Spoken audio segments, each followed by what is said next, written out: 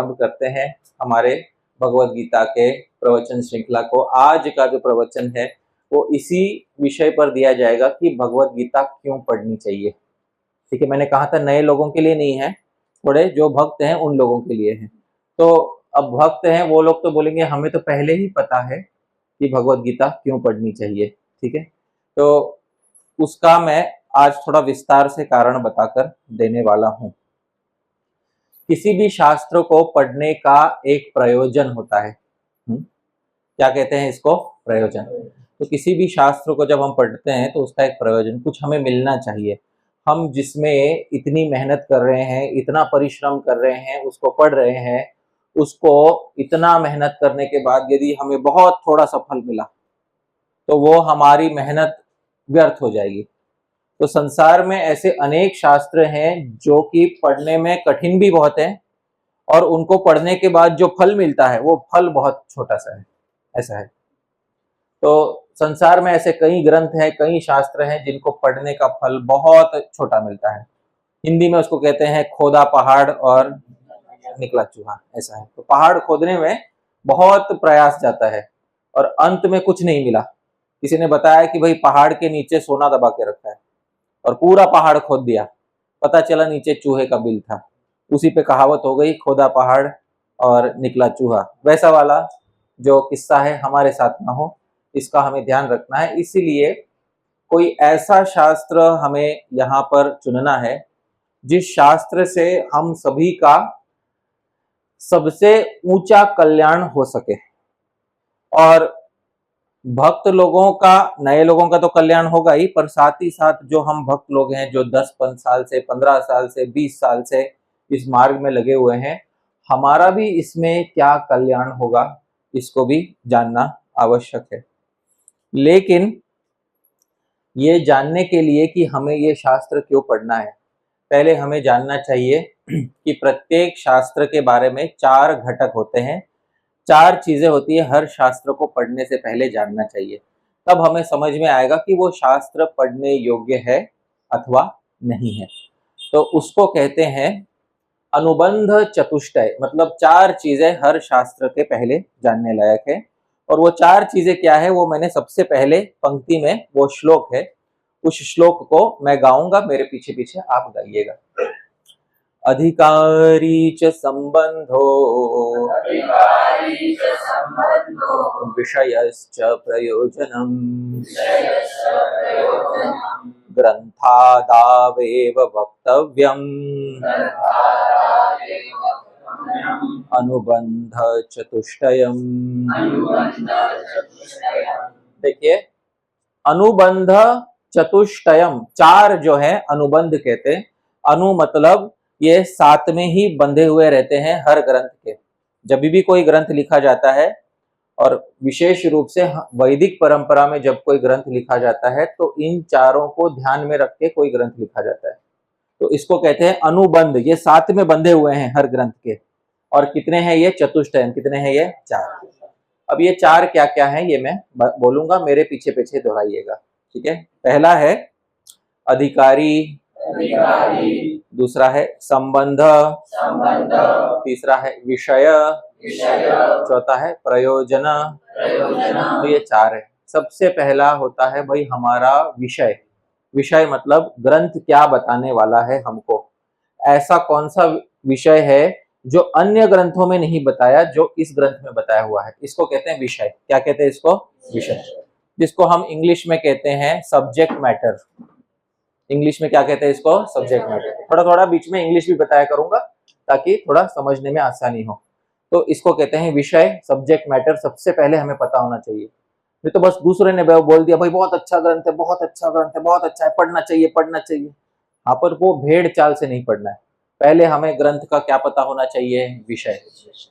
भाई हम किस विषय में प्रवेश करना चाहते हैं, क्योंकि मेहनत हर विषय में करनी पड़ेगी और उससे बड़ा फल मिलेगा या छोटा फल मिलेगा अब ये हमें पता नहीं है। तो पहले विषय पता होना चाहिए। तो हमारे इस ग्रंथ में भगवद गीता में विषय क्या है, क्या जानने योग्य है, टॉपिक क्या है, ये भी हमें जानना है। दूसरा अधिकारी। अधिकारी मतलब इस विषय को जानने के लिए योग्य व्यक्ति कौन है, क्योंकि जब तक योग्य व्यक्ति नहीं होगा तब तक उस विषय में प्रवेश हो सकेगा क्या? नहीं। जैसे किसी इंजीनियरिंग के कॉलेज में जब किसी को प्रवेश दिया जाता है तो अधिकार देखकर प्रवेश दिया जाता है। जब किसी मेडिकल कॉलेज में प्रवेश दिया जाता है तो बिना अधिकार के दिया जाता है या अधिकार देखकर दिया? अधिकार देखकर दिया। तो अधिकार देखकर ही प्रवेश होता है। तो जब तक हम अधिकारी नहीं हैं तब तक हमारी रुचि ही नहीं होगी, हमारा इंटरेस्ट ही नहीं जागेगा उसको जानने में, समझने में। तो वो अधिकारी होना भी बहुत आवश्यक है। तो ये आवश्यक होना चाहिए कि हम उस विषय के अधिकारी हों। अच्छा, फिर तीसरा है संबंध। संबंध मतलब क्या? वो ग्रंथ और जो विषय है उन दोनों के बीच का संबंध क्या है। आप समझ रहे? जो ग्रंथ हम ले रहे हैं और जो विषय में हम प्रवेश कर रहे हैं उन दोनों के बीच में क्या संबंध है, ये भी देखना चाहिए। और अंत में है प्रयोजन, कि ग्रंथ पढ़ने के बाद हमें किस वस्तु की प्राप्ति होगी, क्या मिलेगा ऐसा हमें जिससे हमारा जीवन सुधरेगा, जीवन बेहतर होगा, कुछ तो हमारा हित होगा, कल्याण होगा, श्रेयस की प्राप्ति होगी। इसको क्या कहते हैं? प्रयोजन। तो ये चार जो अनुबंध हैं ये हर ग्रंथ को आरंभ करने से पहले हमें जान लेने चाहिए, क्योंकि हम मेहनत यदि करने ही वाले हैं, उसमें इतना परिश्रम करने वाले हैं, तो हमें जान लेना चाहिए कि ये चार घटकों में ये हमारे लिए अनुकूल है या प्रतिकूल है, ऐसा है। तो अब गीता के विषय में, भगवत गीता के विषय में हम थोड़ा ये चारों को हम थोड़ा देखेंगे कि ये चार हमारे लिए लागू होते हैं या नहीं होते हैं। तो पूर्व आचार्यों ने ये बात, जिन्होंने भी गीता पर टीकाएं की हैं, उन आचार्यों ने बताया है कि गीता के विषय में अधिकारी व्यक्ति वो है जिज्ञासु। कौन है? जिज्ञासु। जिज्ञासु मतलब ये कि जिसके मन में ये जिज्ञासा उत्पन्न हो गई है कि संसार कुछ ठीक नहीं लग रहा है। आप समझ रहे हैं? संसार क्या थोड़ा ठीक नहीं लग रहा है संसार, क्योंकि जिसके लिए संसार ठीक है उसको तो वो यहाँ पे होना नहीं चाहिए। आप समझ रहे हैं? हम यहाँ पे हैं इसलिए हैं क्योंकि संसार में कुछ ठीक नहीं लग रहा है। ये पहला कारण है। क्योंकि जिनके लिए संसार में कोई दुख नहीं है, ऐसे होते हैं कुछ लोग जिनको संसार में कोई दुख दिखाई ही नहीं देता।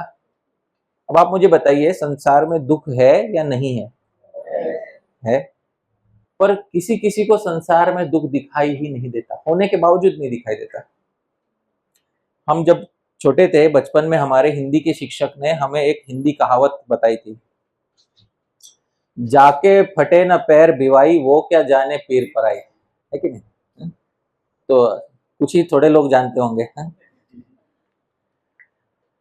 तो जिसके पैर पे बिवाई नहीं फटी वो दूसरे की पीड़ा नहीं जानता। इसका अर्थ यह है, गर्मी में नंगे पैर रास्ते पे चलने पे पैर पे क्या पड़ते थे? छाले। तो जिसके पैर पे आज तक छाले नहीं फटे उसको ये नहीं पता चलेगा कि दूसरों को क्या दुख होता है, छालों का दुख क्या होता है उसको तब तक समझ नहीं है। उसको लाख ग्रंथों में बता दो कि छाले पड़ते हैं पैर में, है ना, उसमें कष्ट होता है, उसमें क्लेश होता है, उसमें बहुत दवाई लगानी पड़ती है ना? और वो गर्मी इतनी चढ़ जाती है कि पेट में घुस जाती है। आप समझ रहे हो? हाँ, सर पकड़ लेता है वो। उसको लाख बता दो आप, लेकिन वो बताने के बावजूद भी उसको वो तब तक समझ नहीं आएगा। कब तक समझ नहीं आएगा उसको? जब तक उसको व्यक्तिगत रूप से उसका अनुभव नहीं होगा। तो जाके फटे न पैर बिवाई वो क्या जाने पीर पराई, ऐसा कहते हैं। तो इसीलिए जिसको संसार में दुख का प्रत्यक्ष अनुभव है, डायरेक्ट एक्सपीरियंस है, और जिसके मन में ये जिज्ञासा हो बैठी है कि मुझे दुखों की हानि करनी है, मुझे हटाना है किसी तरह से, उस व्यक्ति के लिए ये शास्त्र है। और जिसको दुखों की हानि नहीं करनी है, जिसको लग रहा है कि संसार में कोई दुख नहीं है, तो उसका तो कोई प्रयोजन ही नहीं है इस शास्त्र से। तो पहले ये हमें पता होना चाहिए कि संसार में कुछ दुख है और उस दुख की चिकित्सा हमें करनी है। दुख का क्या करना है हमें? चिकित्सा। चिकित्सा को इंग्लिश में कहते हैं ट्रीटमेंट करना है हमको। अब ये दुख जो भक्त नहीं है उनको भी समझ में आते हैं, और जो भक्त हो गए हैं उन्हें तो विशेष रूप से समझ में आते हैं। क्यों विशेष रूप से समझ में आते हैं? क्योंकि भक्त का हृदय बहुत कोमल होता है। आप समझ रहे? भक्त का हृदय कोमल होता है, अन्यों का हृदय इतनी आसानी से दुख को पकड़ नहीं पाता। भक्त थोड़ा बुद्धिमान होता है, इसीलिए उसको दुख आराम से समझ में आ जाते हैं। पूर्व के आचार्य एक उदाहरण देके बताते हैं कि जैसे दीवार पे मकड़ी का जाला होता है। अब मकड़ी का जाला साफ करते करते किसी और अंग पे गिर जाए तो आपको उतना कुछ नहीं लगेगा, दुख नहीं लगेगा। पर साफ करते करते वही मकड़ी का जाला अगर आंख में गिर जाए तो तुरंत क्या होगा? दुख होगा। आप समझ रहे हैं? यही फर्क है अभक्त में के दुख में और भक्त के दुख में। अभक्त को दुख होता है पर उसको समझ में नहीं आता कि ये दुख है और इसकी चिकित्सा भी हो सकती है, किंतु भक्त को विवेक होता है और भक्त को यह समझ में आता है कि ये स्पष्ट रूप से क्या है? दुख है, और इसकी मुझे क्या करनी चाहिए? चिकित्सा करनी चाहिए। तो आप में से कौन कौन है जिसे ये लगता है कि जीवन दुखों से भरा हुआ है और दुखों की चिकित्सा करनी चाहिए? आप हाथ उठाइएगा। बहुत अच्छा, तो बहुत महत्वपूर्ण। कुछ लोग हैं जो अभी भी हाथ नहीं उठा रहे हैं, ठीक है। तो इसमें हमें किसी को यह सिद्ध करके देने की आवश्यकता बिल्कुल नहीं है। संसार अपने आप सिद्ध कर देगा, और ये गीता में ही भगवान बोलेंगे दुखालयम अशाश्वतम्। अब जिसको भगवान की वाणी पर भरोसा नहीं है वो जो है अपने आप थोड़ा सा उसको प्रत्यक्ष अनुभव करके देख ले, थोड़े समय में समझ में आ जाएगा कि संसार क्या है, दुखालय है और अशाश्वत है। ये समझ में अपने आप आ जाएगा। अच्छा, तो जो जिज्ञासु व्यक्ति है, अब उस जिज्ञासु व्यक्ति में चाहे कामनाएं हो या कामनाएं ना हो, हाँ, किसी किसी जिज्ञासु में कामना होती, मुझे भोगना है संसार। आप समझ रहे, मुझे क्या करना है? संसार को भोगना है। और कोई कोई जिज्ञासु होता है, बोलता है नहीं मेरा भोग कर हो गया, मुझे त्यागना है संसार। दो प्रकार के जिज्ञासु होते हैं। दुख तो है पर दुख होने के बावजूद भी मुझे संसार को क्या करना है? भोगना है। और दूसरा होता है वो जिज्ञासु कि भाई दुख तो है और दुख है इसलिए मुझे संसार को क्या करना है? त्यागना है। इन दोनों जिज्ञासुओं के लिए गीता है। यदि आप जिज्ञासु हो और भोगने की इच्छा वाले हो तो भी आपके लिए है, और यदि आप जिज्ञासु हो और त्यागने की इच्छा वाले हो तो भी आपके लिए है। भोगने की इच्छा वालों के लिए भी ये शास्त्र इसलिए है क्योंकि ये शास्त्र आपको बताकर देगा कि भोगने में दोष क्या है। फिर भले ही आप आगे जाकर भोगो, उसमें आपको कोई नहीं रोकेगा। वहां श्री कृष्ण आपका हाथ पकड़ कर नहीं बोलेंगे ए गीता में तो बोला था, समझ में, अब तू क्यों फिर भोग रहा है? गीता पूरा खत्म हो जाएगा और गीता के अंत में भगवान अर्जुन को बोलेंगे यथा इच्छसी तथा कुरु। बेटा तेरी जैसी इच्छा है तू वैसा कर। आप समझ में आ रहा है? हाँ? क्योंकि जीवात्मा को जबरदस्ती भोग से हटाने में भगवान की इच्छा नहीं है। जीवात्मा स्वयं जब भोग से नैसर्गिक रूप से हट जाएगा वो अपने आप वहां से दूर हो जाएगा, अपने आप। आप समझ रहे हो? हाँ? जिसके अभी तक मैंने बोला जिसके पैर अभी तक जले नहीं है वो भले ही वो रास्ते पर चले, हाँ? पर जिसके पैर जल गए, जिसके पैरों में छाले पड़ गए, क्या वो उसी रास्ते पर नंगे पैर चलेगा? नहीं चलेगा। आप समझ रहे? तो इसीलिए गीता दोनों प्रकार के साधकों के लिए। गीता आपको क्या देगा? क्योंकि संसार जल रहा है, बोलते संसार दावानल है, जल रहा है, जलता हुआ रास्ता है, उस पर नंगे पैर चलना है आपको। जिसके पास गीता का ज्ञान नहीं है वो तो नंगे पैर ही इस संसार पे चल रहा है। उसका जलना तो अवश्यम भावी, निश्चित रूप से वो जलने वाला है। गीता समझकर भी जो संसार के पथ पे चले, भोगना चाहे संसार को, वो ऐसे चल रहा है मानो कोई चप्पल पहन के चलता है। आप समझ रहे हैं? वो तो चलेगा जरूर, लेकिन अब वो थोड़ा सावधान होके चल रहा है। उसको पता है कि आगे चलकर इस भोग का परिणाम दुख होने वाला है, और फिर भी उसके पास कुछ बचाने के लिए है अपने आप को, ठीक है। लेकिन उसको गीता का जो सबसे ऊंचा फल है वो प्राप्त नहीं होगा। धीरे धीरे उसको उस पथ पे उसको पथ ही छोड़ देना है। आप समझ रहे हैं? जब तक वो पथ नहीं छोड़ेगा तब तक उसकी पूरी चिकित्सा नहीं हो सकती। ये बात हमें ध्यान रखना है। अब देखिए, ये तो हुआ अधिकारी, दूसरा है विषय। विषय गीता में क्या क्या बताए हैं भगवान ने? इसमें भगवान ने विषय बताए हैं कर्म, ज्ञान, भक्ति आदि मार्ग। कर्म मार्ग भी बताया भगवान ने, ज्ञान मार्ग भी बताया है, भक्ति मार्ग भी बताया, आदि में योग के विषय में भी थोड़ी थोड़ी चर्चा हुई है। ये सारे मार्ग जीवात्मा के कल्याण के लिए बने हुए हैं। कर्म मार्ग हो, ज्ञान मार्ग हो, भक्ति मार्ग हो, अष्टांग योग का मार्ग हो, सारे मार्ग जीवात्मा के कल्याण के लिए ही भगवान ने बताए हैं। यदि एक भी मार्ग में जीवात्मा का अहित होता तो भगवान उसको कदापि नहीं बताते। भगवान ने बताए वो इसलिए बताए क्योंकि हर मार्ग में जीवात्मा का क्या होने वाला है? कल्याण ही होने वाला है। जो संसार का प्रवाह चल रहा है बाहर, देखिए आप, पूरा संसार का प्रवाह चल रहा है। लोग अपने अपने जगह पे जा रहे हैं, अपना अपना काम कर रहे हैं। कोई भोगने की इच्छा से जा रहा है, किसी को कुछ भोगना है, किसी को कुछ और भोगना है, उसी के लिए लोग ये सब काम कर रहे हैं। पर इसमें जीवात्मा का कल्याण बिल्कुल भी नहीं है।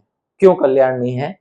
वो इसलिए कल्याण नहीं है क्योंकि जीवन समाप्त हो जाता है लेकिन भोग समाप्त नहीं होते। भोगने की इच्छा समाप्त नहीं होती, जीवन समाप्त हो जाता है आपका। तो आप मुझे ये बताइए, हमने भोगों को भोगा या भोगों ने हमको भोग लिया?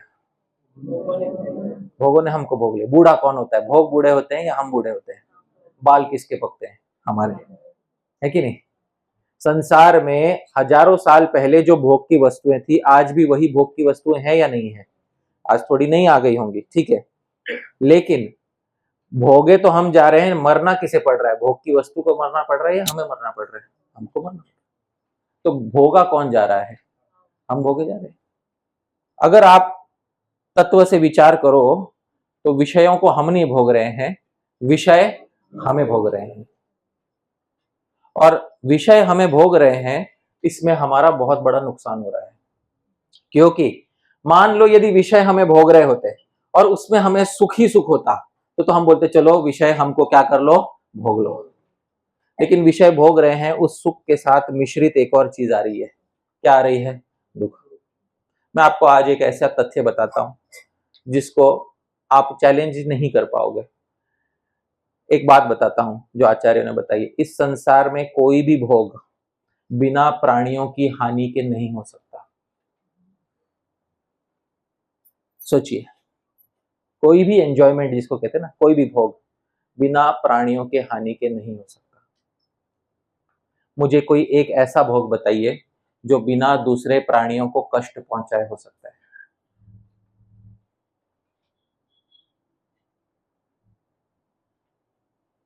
एक कोई भी ऐसा भोग है? खाने के लिए यदि खाना है कुछ, दूसरे प्राणियों को कष्ट देना पड़ेगा या नहीं देना पड़ेगा? पेड़ पौधे हैं ना, वहीं से फल दूं, पेड़ को कष्ट होगा या नहीं होगा? सही बात है कि नहीं? आपको खाना है, उसके लिए भी आपको क्या करना पड़ेगा? दूसरे को कष्ट देना पड़ेगा। आपको गाड़ी चलानी है, गाड़ी चलाना एक आनंद है, गाड़ी चलाने के लिए पेट्रोल चाहिए, गाड़ी बनाने वाला कोई चाहिए, वो शिप पे कोई पेट्रोल निकालने वाला आदमी चाहिए। उस आदमी वो कष्ट से निकालेगा या सुख से निकालेगा? वो बोलिए, कष्ट से निकालेगा। आपके भोग के लिए दूसरों को क्या होने वाला है? कष्ट होने वाला है। आपको क्या लगता है उसका परिणाम आपको मिलेगा या नहीं मिलेगा? सही बात है। जब आप भोग में शामिल हुए तो भोग के परिणाम में भी कौन शामिल होगा? आप ही शामिल होंगे। सही बात है। तो संसार में ऐसा एक भी भोग नहीं है जो प्राणियों की हिंसा किए बिना मिल सके। और हिंसा का मतलब केवल जान से मारना नहीं, कुछ कष्ट देना। आप समझ रहे हैं? कुछ कष्ट दिए बिना, प्राणियों को कष्ट दिए बिना, और वो भी जीवित व्यक्ति, जीवित प्राणी को कष्ट देकर ही वो आपको मिलेगा। एक भी भोग ऐसा नहीं है जो बिना दूसरों को कष्ट दिए प्राप्त हो, और उसका परिणाम अवश्य मिलता है। तो अवश्यम भावी, निश्चित मिलने वाला है वो। तो इसीलिए बहुत जो बुद्धिमान व्यक्ति होता है वो जानता है कि भोगों में अंत में क्या होने वाला है? दुख होने वाला है। और यदि दुख होने वाला है तो मुझे वो दुख नहीं चाहिए। जीवात्मा की प्रवृत्ति होती है कि मुझे दुख चाहिए कि नहीं चाहिए। कभी कभी लोग इसका एक अपवाद करते, बोलते नहीं, कभी कभी लोग आत्महत्या कर लेते हैं। आत्महत्या सुख है या दुख है? दुख है। तो जीवात्मा दुख क्यों उठाता है? सामने से ले करता है आत्महत्या, मतलब जीवात्मा क्या कर लेता है, सामने से दुख उठाता है। पर वो दुख तब उठाता है जब उसके जीवन में उससे बड़ा दुख होता है।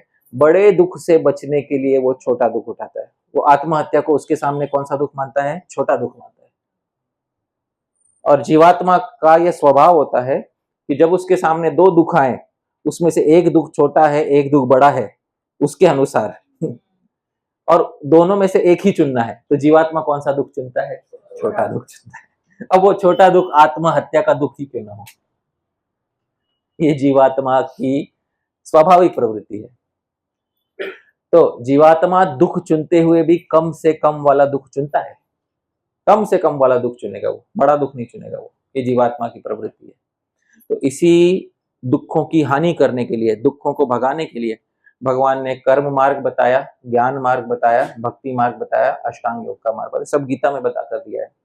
और ये पढ़कर ही दुखों की हानि होगी, आप समझ रहे? क्योंकि जब तक हम जानेंगे नहीं कि दुख क्या है, और जब तक हम जानेंगे नहीं कि दुखों की चिकित्सा कैसे करनी है, तब तक हम उसकी चिकित्सा नहीं कर पाएंगे, और फिर उसी चक्र में फंस के पुनः दुख भोगेंगे।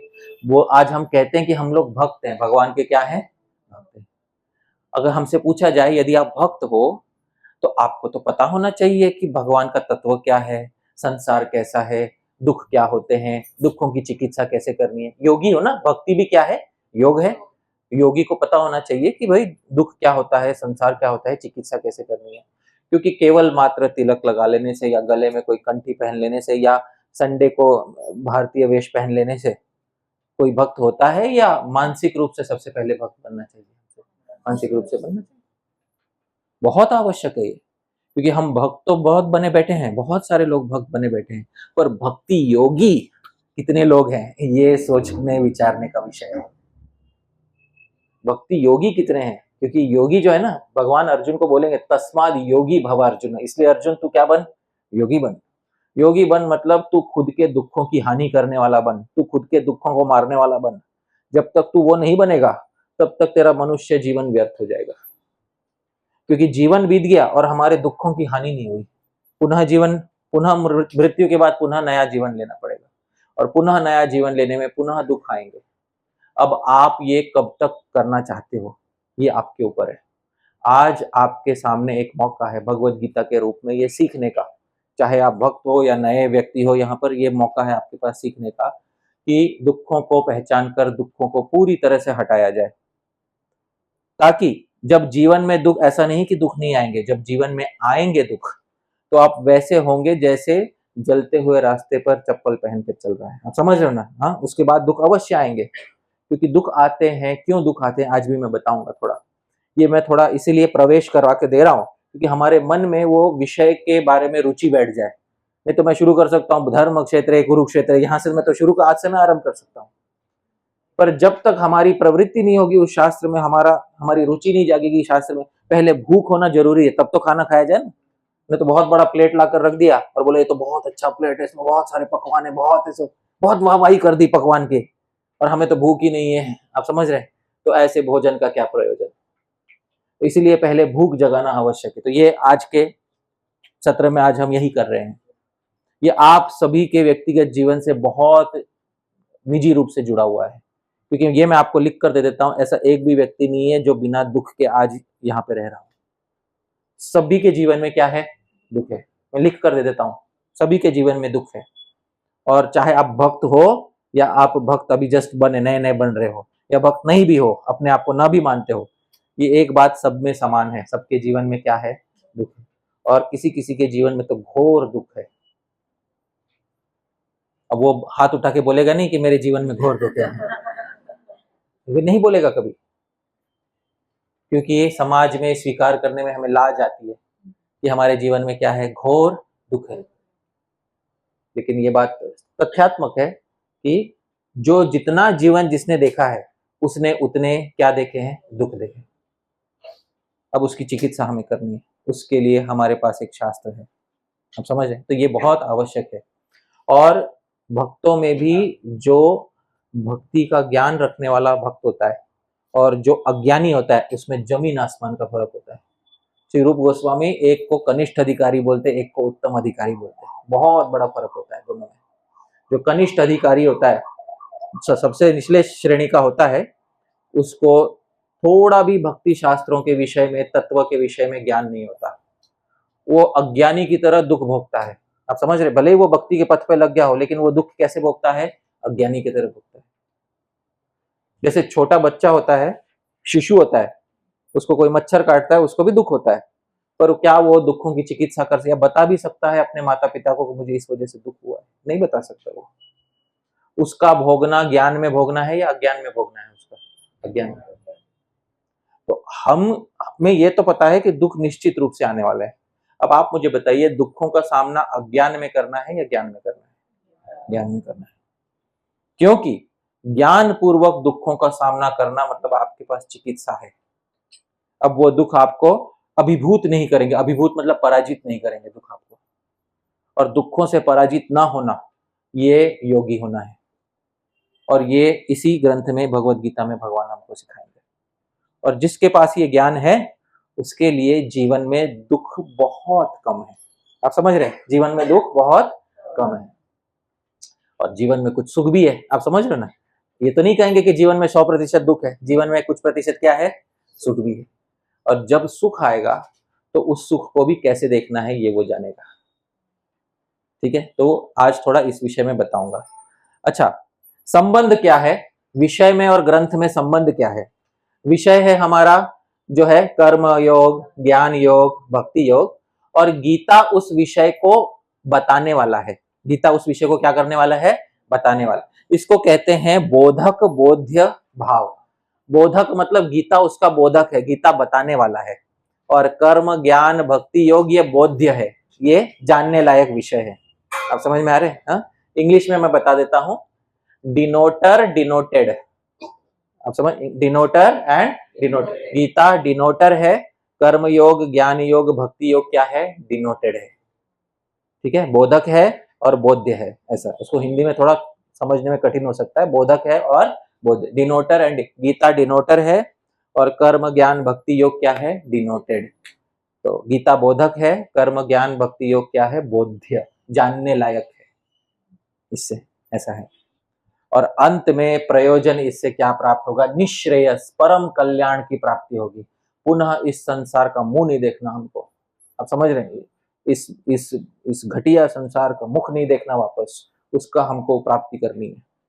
तो जिसको इस निश्रेयस, इस परम कल्याण की प्राप्ति करनी, उसके लिए ये शास्त्र लिखा गया है।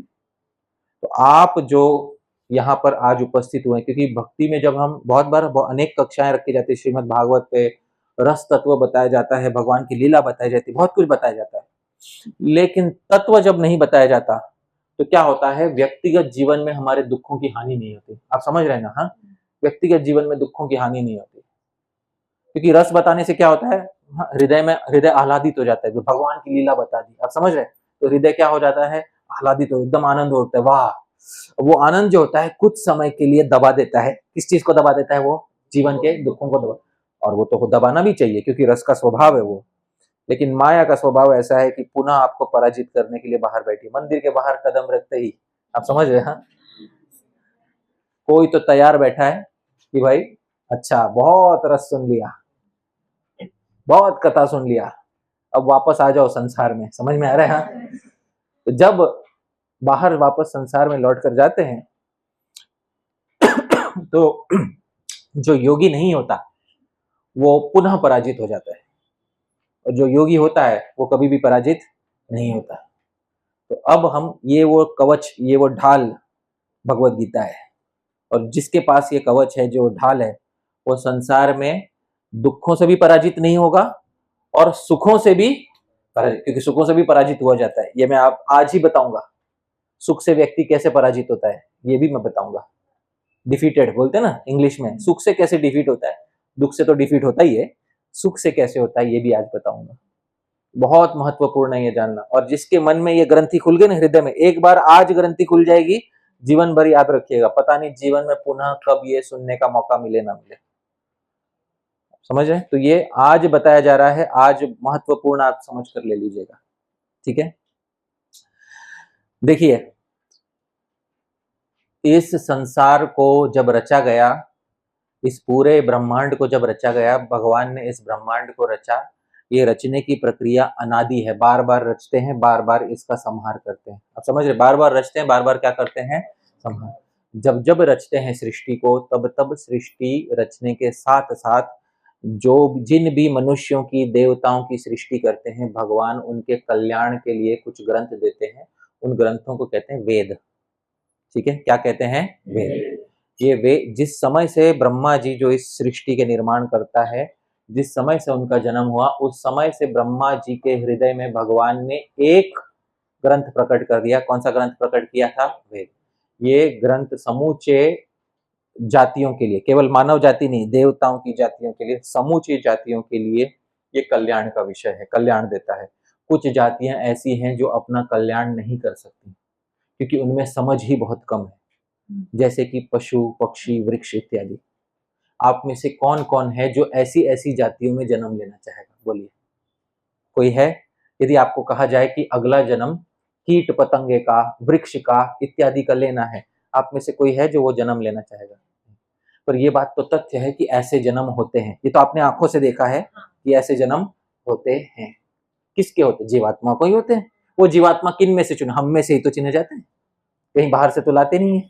आप समझे, हम में से ही चुने जाते हैं। अच्छा मुझे बताइए, कीट पतंग, पेड़, पशु, पक्षी, ये लोग दुख भोगते हैं या नहीं भोगते हैं? इनका दुख भोगना ज्ञान पूर्वक होता है या अज्ञान पूर्वक होता है? ज्ञान पूर्वक है। अज्ञान से दुख भोगते हैं लोग। मुझे बताइए, मनुष्य जब दुख भोगते हैं तो उन्हें भी अज्ञान से भोगना चाहिए या ज्ञान से भोगना चाहिए? ज्ञान से। तो ये मनुष्यों को विशेष रूप से सुविधा दी है। बाकियों को सुविधा क्यों नहीं दी? क्योंकि बाकियों के वैसे पुण्य कर्म नहीं है। कर्म भी अनादि चले आ रहे हैं। आप समझ रहे हैं, कर्म भी कैसे चले आ रहे हैं, अनादि। इसको कभी, इसका आदि, इसका आरंभ कभी नहीं हुआ है। तो धीरे धीरे वो लोग भी ऊंची ऊंची योनियों में आएंगे, क्योंकि उनका वो जो जन्म है, कीड़े मकोड़े, पेड़ इत्यादि का, वो भी शाश्वत नहीं है। एक दिन वो भी मर जाएंगे, धीरे धीरे वो भी, उनको भी कौन सा जन्म मिलेगा, मनुष्य। जब मनुष्य जन्म मिलेगा तो उनको भी एक अवसर मिलेगा। ये अवसर आज किनको मिल रहा है, हमें। ये आज हमें अवसर मिल रहा है, उन्हें भी अवसर दिया जाएगा।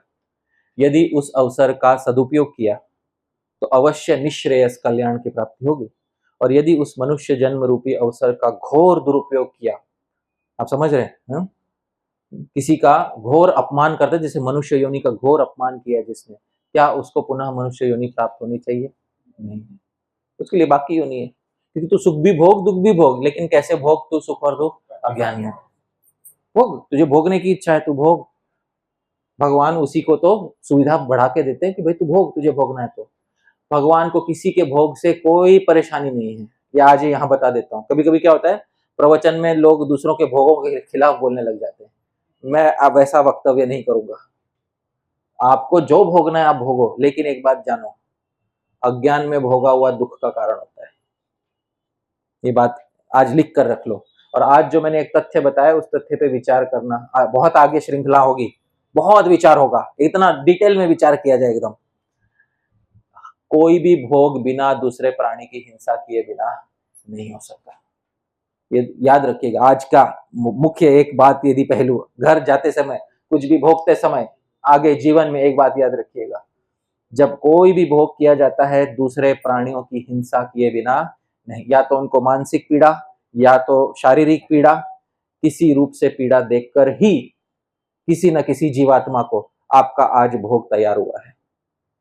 कोई भी भोग ले लो आप समझ रहे हो, कोई भी भोग ले लो। ये सिंपल चीज है। क्या है इसमें, हानि है। और ये भी भोग है, समझ लो, प्यासे के लिए तो ये भी भोग है।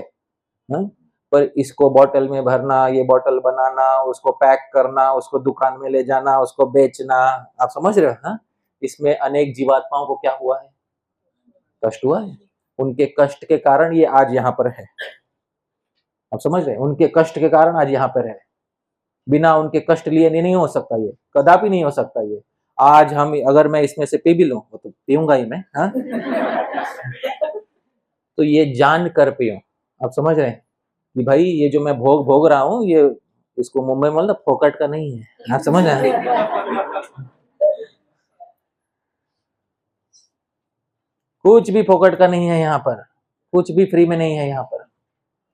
तो ये ज्ञानी का भोग अलग होता है, अज्ञानी का भोग अलग होता है। तो यदि मैंने दूसरों को हिंसा पहुंचा के कुछ भोगा है, तो मैं ऐसा क्या करूं कि इस भोग के बदले मुझे क्या नहीं मिलना चाहिए? दुख नहीं मिलना चाहिए। तो बुद्धिमान व्यक्ति करना सोचेगा इस विषय में। तो इसलिए भगवान ने वेद बनाए व्यक्ति को ये बताने के लिए कि भाई तुम भोगो। संसार किस लिए बनाया भगवान ने? भोगने के लिए बनाया। सही बात है, संसार क्यों बनाया भगवान ने? भोगने के लिए बनाया जीवात्माओं के। भोगो, लेकिन ऐसे भोगो कि तुम्हें भविष्य में उसका क्या नहीं हो? दुख नहीं हो। हाँ, इसके लिए भगवान ने शास्त्र बनाए। शास्त्रों का नाम क्या है? वेद। ये बनाए। तो भोगो, भोगने में भगवान तो इसीलिए पूरा संसार ही भोगने के लिए बनाया। जीवात्मा और भगवान दोनों आनंद के लिए ही तो है। सही बात है ना? जीवात्मा क्यों है? आनंद उठाने के लिए। और भगवान भी क्यों है? आनंद उठाने के लिए। पर यदि आपके आनंद से दूसरे को क्या हो रहा है? कष्ट हो रहा है, तो भाई कुछ चिकित्सा करो जिससे कि वो कष्ट जो है उसका कुछ निवारण हो सके। इसीलिए बहुत आवश्यक है कि हम शास्त्रों को ध्यान में रखते हुए भोग करें। और क्योंकि वेद अधिकांश लोग नहीं जान सकते, नहीं पढ़ सकते, इतना गूढ़ विचार अधिकांश लोगों का नहीं होता। ये ऋषियों का होता है, योगियों का होता है ये विचार। साधारण मनुष्य की तो बुद्धि यहां तक नहीं जाती। साधारण मनुष्य पशु बुद्धि से भोग करता है। अरे मेरे सामने है, मैं भोग लिया, हो खत्म हो गया। इतना क्या डिटेल विचार करना, समझ? मैंने बोला ना, मकड़ी का जाला किसी और अंग पे गिरना और आंख में गिरने में बहुत फर्क होता है। मैंने ये दृष्टांत दिया था। ये सही बात है ना? ये बहुत फर्क होता है, बहुत भेद होता है किसी योगी की दृष्टि में और किसी साधारण मनुष्य की दृष्टि में। तो साधारण व्यक्ति जब भोगता है तो वो ऐसा है कि भाई उसको उसके हाथ पे जैसे मकड़ी का जाला गिर गया, उसने हट हटा दिया, समझ रहे हो? उसको कोई दुख वेदना नहीं होती उसको।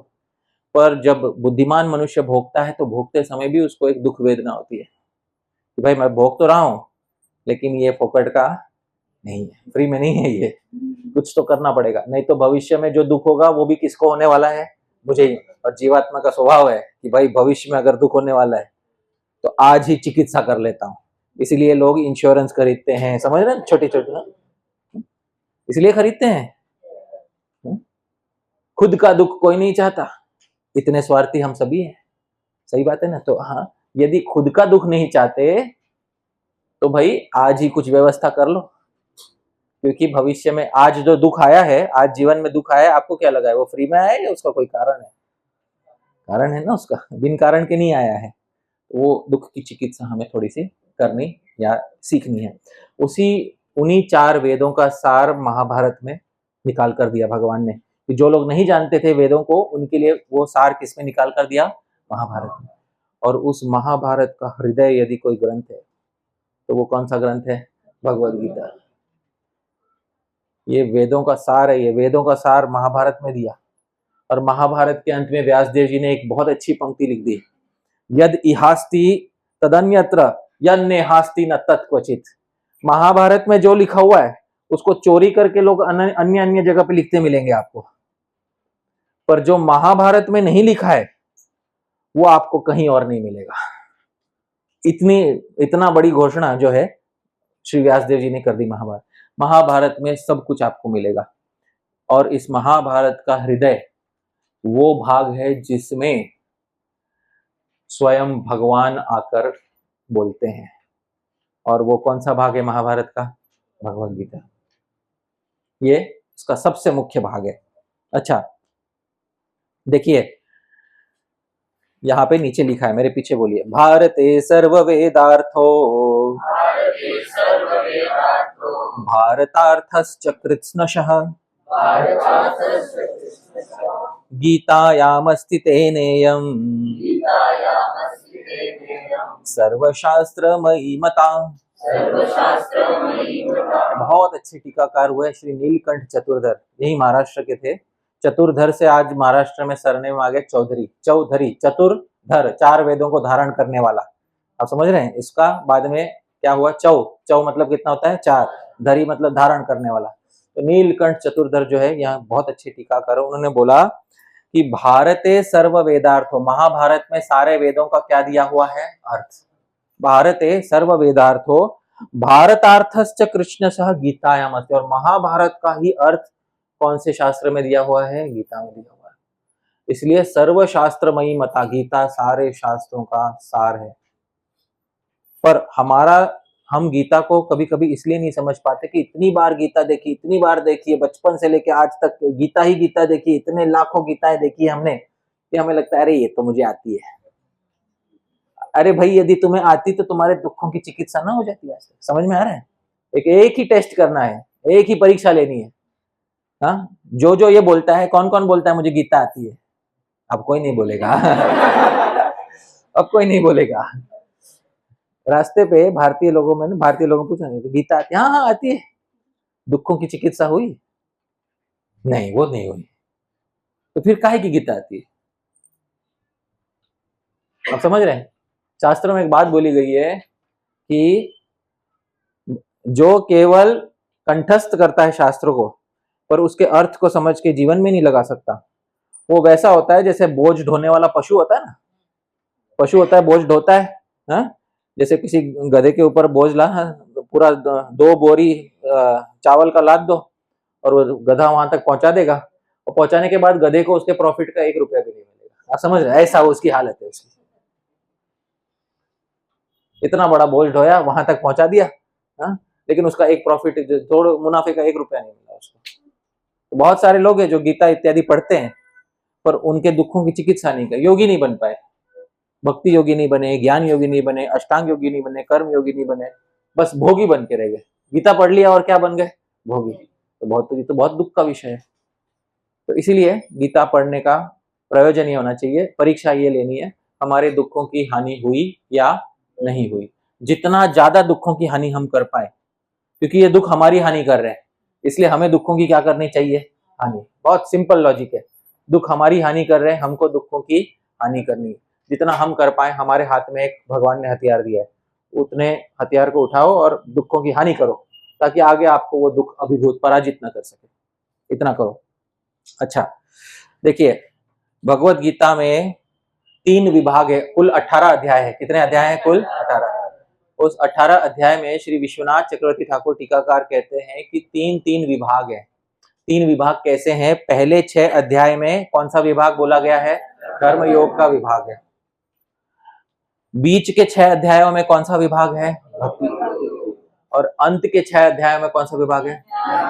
इससे एक बात समझ में, देखिए वेदों में भी 3 विभाग होते हैं, कर्म कांड, ज्ञान कांड, उपासना कांड। समझ में आ रहा है? कर्म कांड, ज्ञान कांड, उपासना कांड। उपासना ही भक्ति होता है। अब समझ में आ रहा है? वैसे ही गीता में भी 3 विभाग है, कर्म योग विभाग, ज्ञान योग विभाग और उपासना अर्थात भक्ति योग विभाग। इसका अर्थ यह है कि समूचे वेदों का सार जो है, सारे कांडों का सार इस भगवत गीता के अंदर 6 अध्यायों में विभक्त करके विराजमान किया है।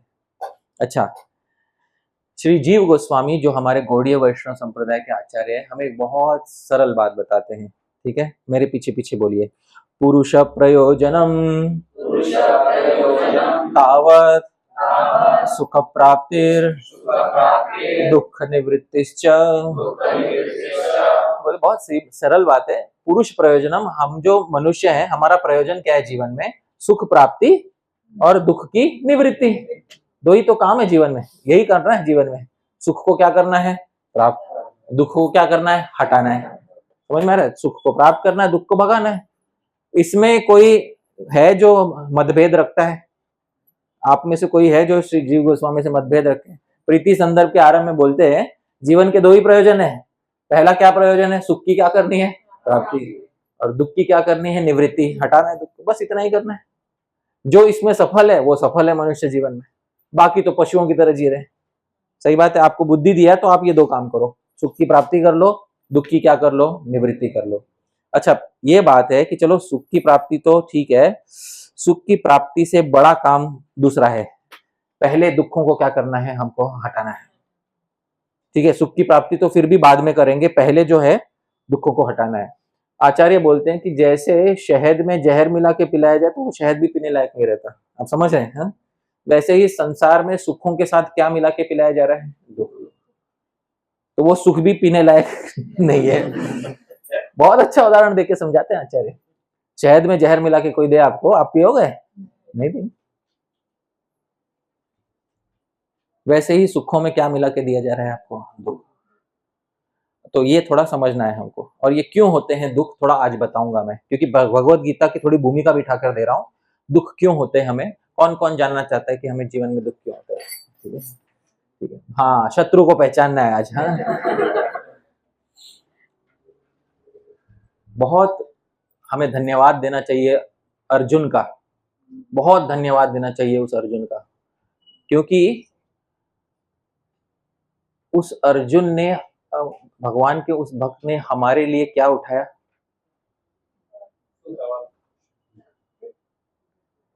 हमारे लिए दुख उठाया अर्जुन ने। आप समझ रहे हैं? अर्जुन के लिए सब अच्छा चल रहा था,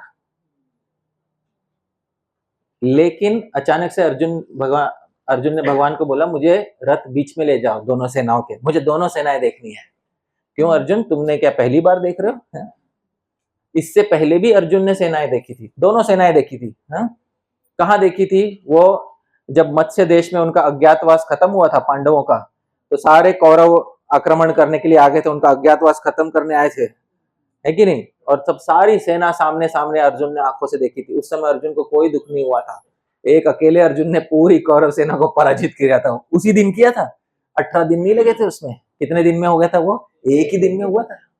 एक ही अस्त्र में भीष्म पितामह को भी धराशायी कर दिया था अर्जुन ने। उस समय अर्जुन को कोई मोह या दुख हुआ था क्या? आज का दिन अलग था। भगवान दोनों सेनाओं के बीच में ले गए और अर्जुन को बोला, देख अर्जुन, ऐसे हाथ दिखा के बोला, देख अर्जुन, ऐसा हाथ दिखा के बोला, देख अर्जुन, यहाँ तेरे पितामह, पिता रूपी संबंधी, सगे साले सब है यहाँ पे। और उस समय अर्जुन के मन में अचानक से एक ऐसी भावना उत्पन्न हुई जो पहले नहीं हुई थी कभी भी। उस भावना का एक नाम है, उसको मेरे पीछे बोलिए, मोह। क्या कहते हैं उसको? अर्जुन को मोह हुआ, पहली बार अर्जुन को मोह हुआ है। और अच्छा, वो मोह के कारण अर्जुन को दुख हुआ। अब मुझे ये बताइए, दुख हमें तब होता है क्योंकि पिछला कोई बुरा कर्म होता है ना, उस बुरे कर्म के परिणाम स्वरूप हमको क्या मिलता है? दुख। अर्जुन का पिछला कोई बुरा कर्म नहीं था, फिर भी अर्जुन को वहां पर क्या हुआ? दुख हुआ, मोह हुआ। ये दुख केवल भगवान की सेवा के लिए अर्जुन ने उठाया। आप समझ लो, ये दुख केवल किसके लिए उठाया अर्जुन ने? भगवान की सेवा। ये न्याय है कि अन्याय है कि आपका बुरा कर्म ना हो फिर भी आपको दुख हो? न्याय है या अन्याय है? ये अन्याय। पर भगवान के भजन के लिए, भगवान की भक्ति के लिए ये अर्जुन ने सहन किया, और थोड़े समय के लिए ही, पर अर्जुन ने मोह और दुख सहन किया। और उस मोह और दुख का कारण है कि आज हमारे सामने एक शास्त्र विद्यमान है। कौन सा शास्त्र है?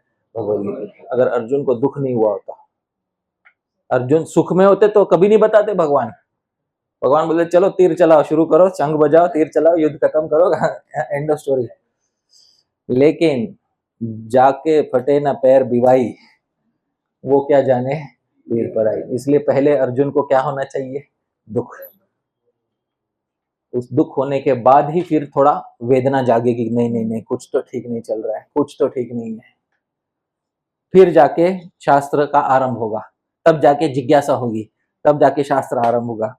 इसीलिए इस शास्त्र में प्रवेश करने से पहले भी हमें जीवन में किस चीज का अनुभव होना चाहिए? दुख का अनुभव। आप तो सबको तो है ही, ये तो मैं बोला ना, मैं तो स्वागत है आपका कि है ना, आपको तो है ही दुख का बहुत अनुभव है। अच्छा,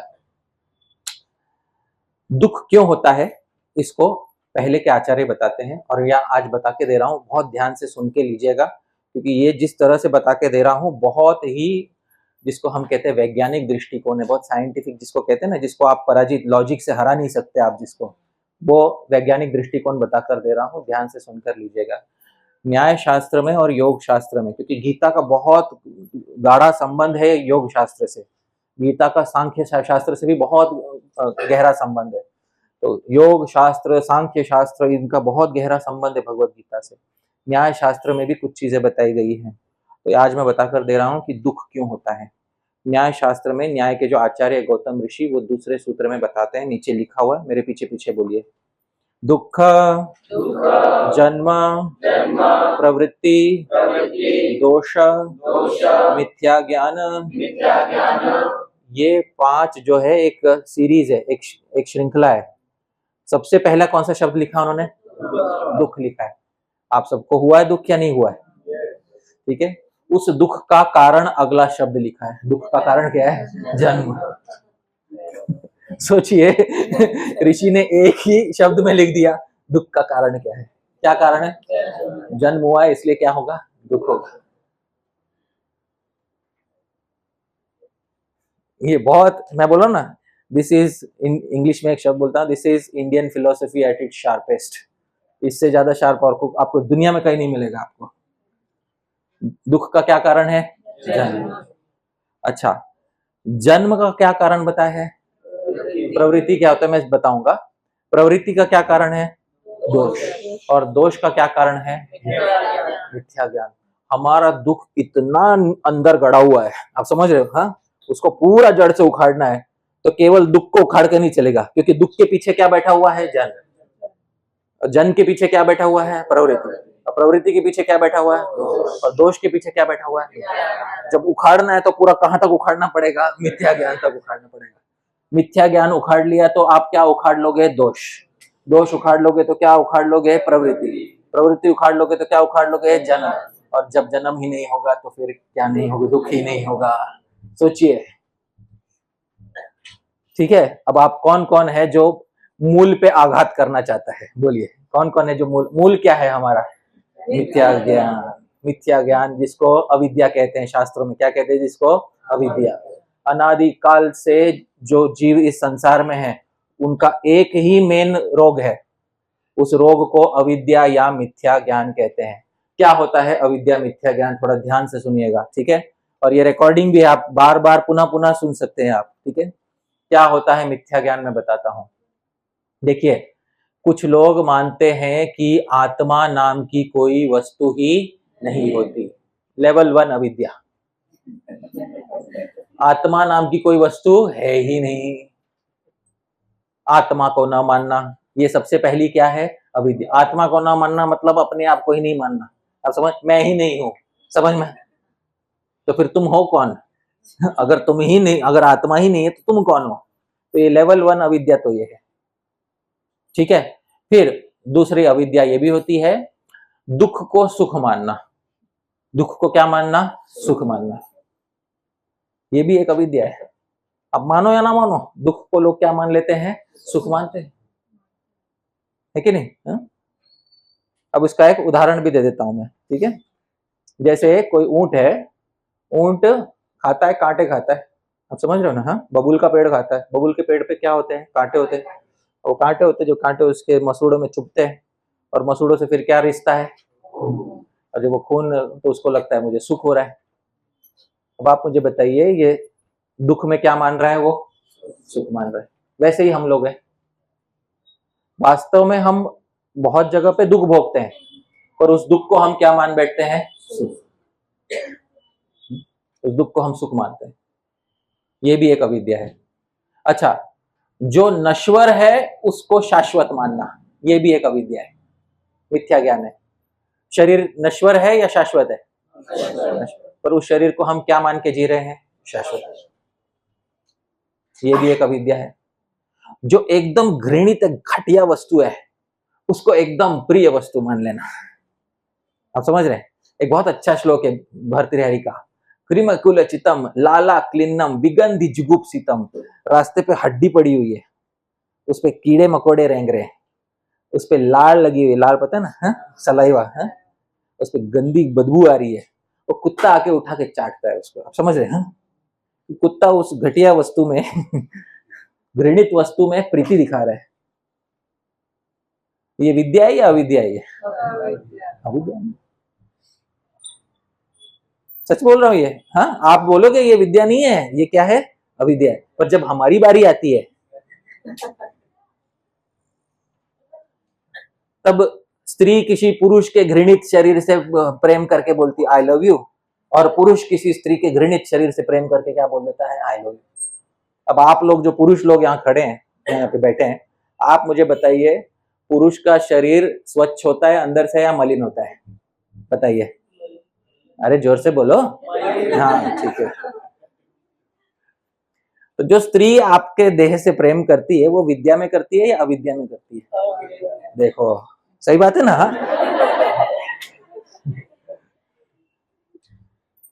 अच्छा अब यहां स्त्रियों से पूछ लेते हैं, ठीक है? सही योगी की तरह उत्तर दीजिएगा, ठीक है? स्त्री का जो देह है अंदर से वो मलिन होता है या स्वच्छ होता है? और जो पुरुष स्त्री के देह से प्रेम करके उसको मैं तुमसे प्रेम करता हूं बोलता है, वो विद्या से बोलता है या अविद्या से बोलता है? देखो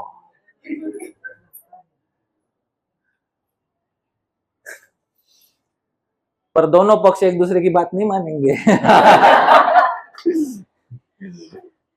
इसी का नाम क्या है?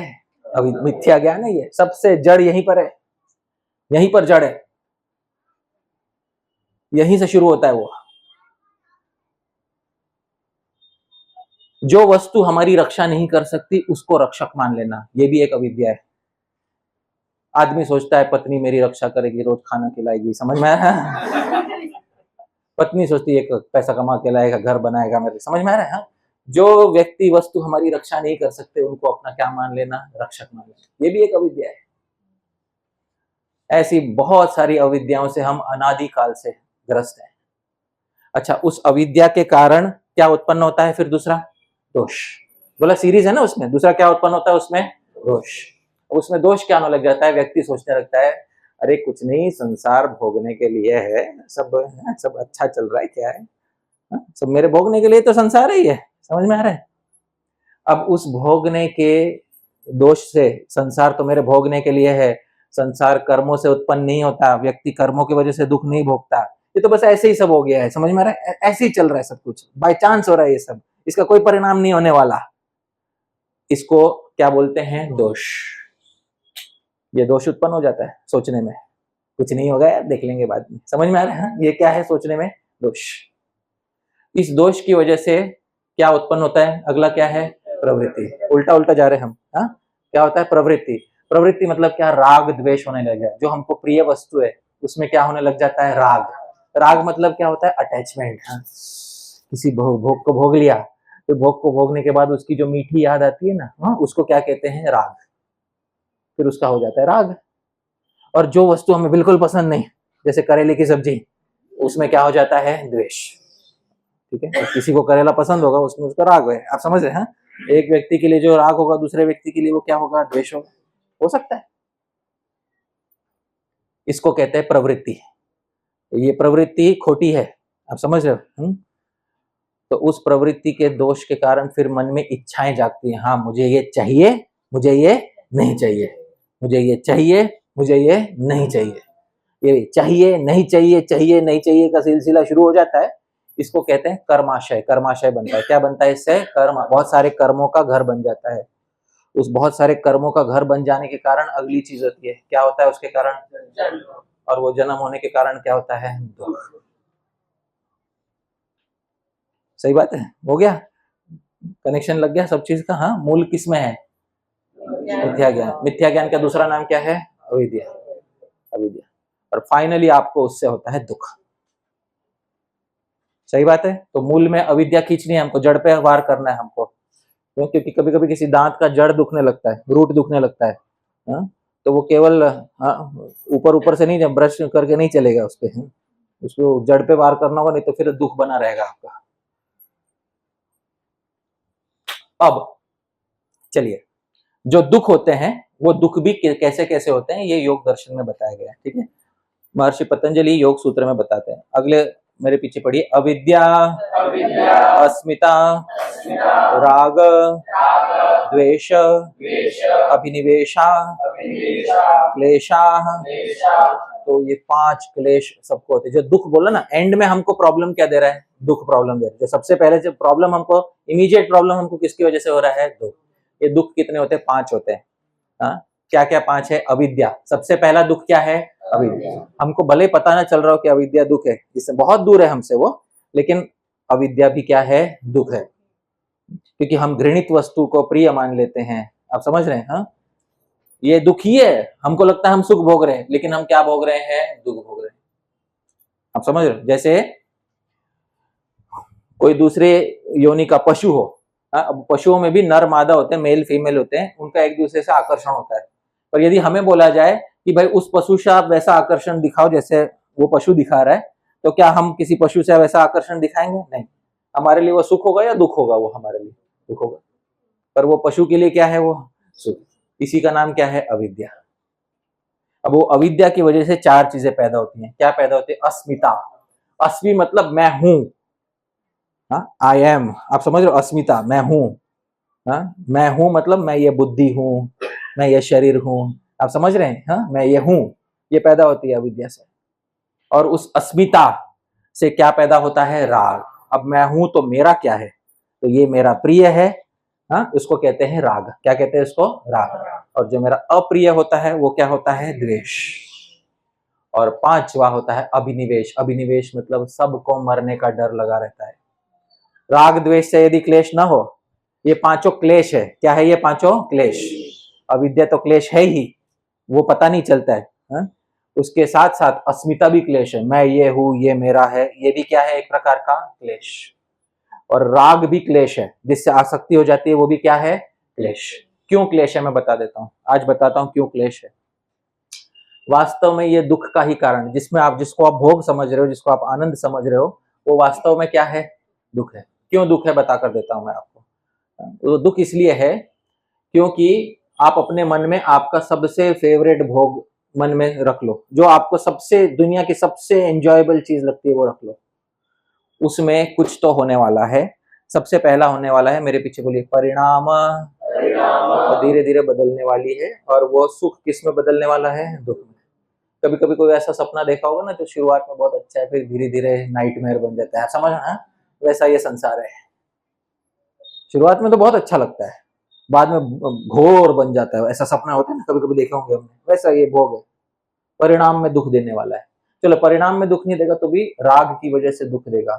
जैसे किसी चीज में आसक्ति हो गई, मान लीजिए किसी को सिगरेट फूकने में आसक्ति हो गई, उसका राग हो गया। उसमें क्या हो गया? उसको उसमें राग। अब राग हो गया तो उसका एक संस्कार बना, उसके एक अटैचमेंट हुआ। फिर जब वो सिगरेट नहीं है तो भी घर पे बैठा बैठा मन में आनंद ले रहा है। समझ रहे हैं? इसी को राग कहते हैं। क्या कहते हैं इसको? राग। कल को वो सिगरेट ना मिले तो उसको दुख होगा या नहीं होगा? तो राग भी एक क्या है? क्लेश है, दुख है। राग भी क्या है? ये दुख है। राग तब दुख है जब नहीं मिलता, और द्वेष तब दुख है जब वो मिलता है। ये दोनों दुख है। ये राग भी दुख है। हाँ, पहले के ऋषियों ने सोच के तो लिखा है। राग भी जो आप जिसको आप सुख समझ रहे हो, वास्तव में वो क्या है? दुख है। वो दुख कब है? जब वो नहीं मिलेगा। लिख के ले लो। और एक दिन तो आएगा ऐसा जब वो नहीं मिलेगा। एक तो दिन आएगा ही ऐसा। और द्वेष भी क्या है? वो तो दुख है ही, जब वो क्या होता है? जब वो मिल जाता है। बैंगन का भरता पसंद नहीं, आप समझ रहे? उससे राग है या द्वेष है? द्वेष। लेकिन आज वही सब्जी बनी है। सुख होगा या दुख होगा? दुख। और फिर मान लो कैसे कैसे तो खा भी लिया, उसके बाद बैठ के 1 घंटा सोच रहा है, हाय कितना बुरा दिन गया मेरा। समझ रहा? तो ये भी द्वेष भी दुख है। और अभिनिवेश, ये सब दुख ना हो तो अंत में एक सबसे बड़ा दुख तो सर पे मंडराता ही रहता है। कौन सा दुख मंडराता रहता है? मृत्यु का। मृत्यु का दुख मंडरा। तो इस दुख से छोटे छोटे कीड़े मकोड़े भी बचते हैं, ऐसे मारने जाओ तो दूर हो जाता है। समझ में आया? छोटे जब छोटे छोटे कीड़े मकोड़े बचते हैं इससे, आप समझ, इससे एक बहुत महत्वपूर्ण बात समझ में आती है। छोटे कीड़े को आप मच्छर को मारने जाओ, मच्छर भी उड़ना चाहेगा।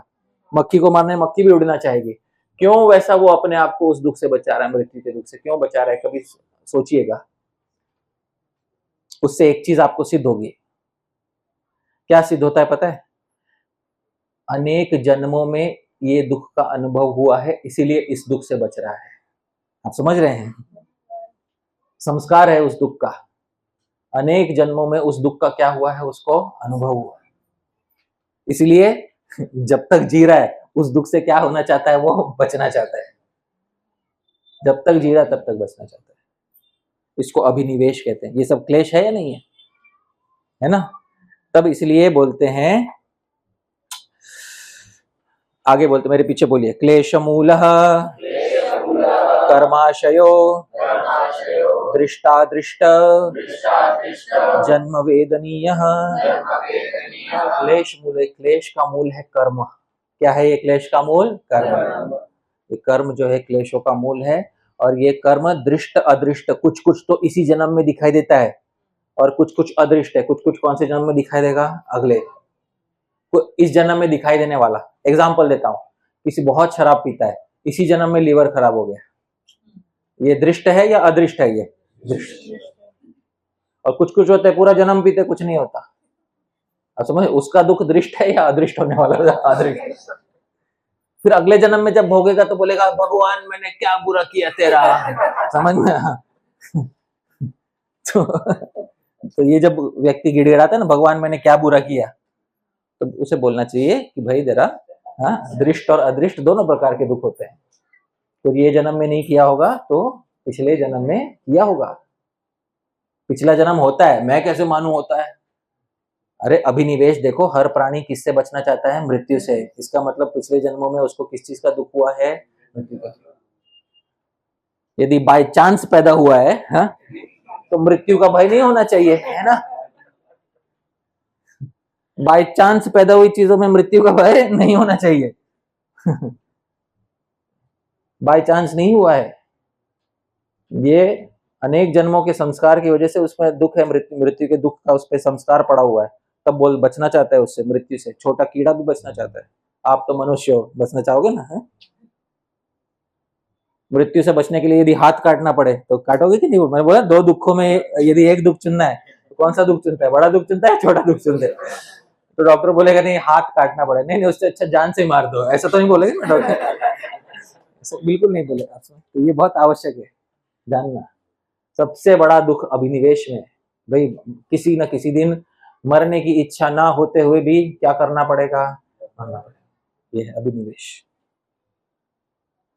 ये सब जानने के बाद पता चलता है कि क्लेश का मूल है कर्म। कर्म अच्छे नहीं थे, ठीक से कर्म नहीं किए, उसके कारण हमको क्या हुआ? क्लेश हो रहा है। और वो कर्म जो है जब पक जाता है, जब फल मिलने लगता है, तो तीन प्रकार से फल मिलता है उसका कर्म का। तीन जगह पे सुख भी देखने मिलता है, तीन जगह पे दुख। में ज्यादा समय नहीं लूंगा। तीन जगह पे सुख भी मिलता है, तीन जगह पे दुख भी मिलता है। अगले सूत्र में बताता है, सती मूले तद विपाको जाति आयुर भोगा। सती मूले तद विपाको, जब वो पक जाता है ना कर्म, पिछले जन्मों का कर्म जब पक विपाक हो जाता है, पक जाता है वो, तो तीन चीजों में दिखाई देता है। पहला मेरे पीछे बोली जाति, तो किसी को अच्छी जाति मिलती, जाति मतलब जन्म, और किसी को बुरी जाति मिलती, बुरा जन्म मिलता है। तो पहला भोग का लक्षण क्या होता है? जाति। किसी की जाति अच्छी होती है, किसी की जाति बुरी होती है। पेड़ पौधा बन गया, कीड़ा बन गया, समझ में आ रहा है? जाति अच्छी मिली या बुरी मिली? बुरी मिली। बहुत अच्छा मनुष्य बना, ज्ञानवान हुआ, एकदम मेमोरी अच्छी है, बोलने में भी अच्छा है, दिखता भी बहुत अच्छा है, जाति अच्छी हुई या बुरी हुई? अच्छी जाति हुई। पहला भोग का लक्षण क्या है? जाति। दूसरा है आयु।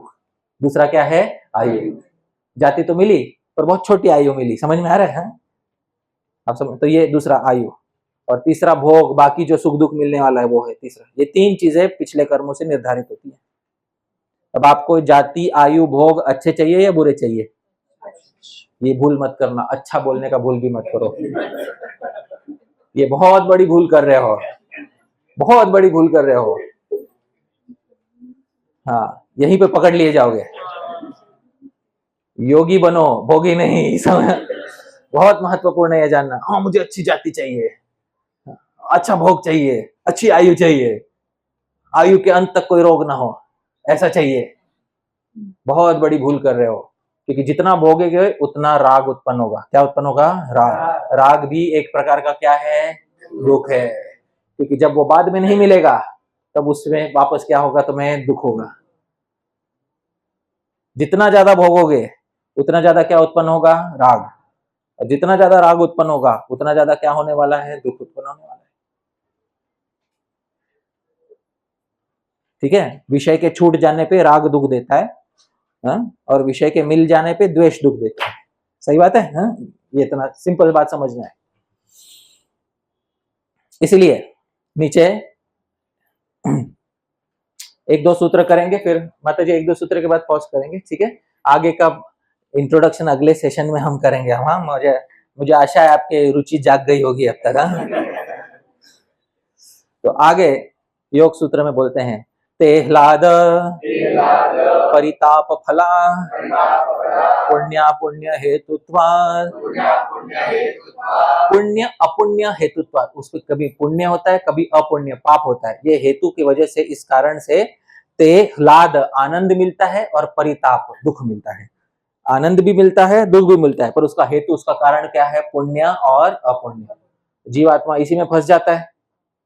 तो फिर अरे यार एक काम करो ना, केवल पाप हटाओ। केवल क्या हटाओ? पाप हटाओ। पाप हटा दोगे तो फिर क्या बचेगा? केवल फिर मस्त भोगेंगे संसार में। और क्या चाहिए? सही बात है ना, मस्त, और क्या चाहिए? बस इतना बता दो गुरुजी, इतना बता दो पाप कैसे हटाया जाए, है ना? पाप हटा दो फिर क्या बचेगा? पुण्य। फिर तो संसार अच्छा है। सही बात है कि नहीं? हाँ, पाप अगर हटा दिए तो फिर संसार में क्या बचाएगा? सिर्फ पुण्य। फिर भोग ही भोग होगा, and we will live happily ever after, है ना? ऐसा होगा। हाँ, लेकिन ये सोच बहुत बड़ी भूल है।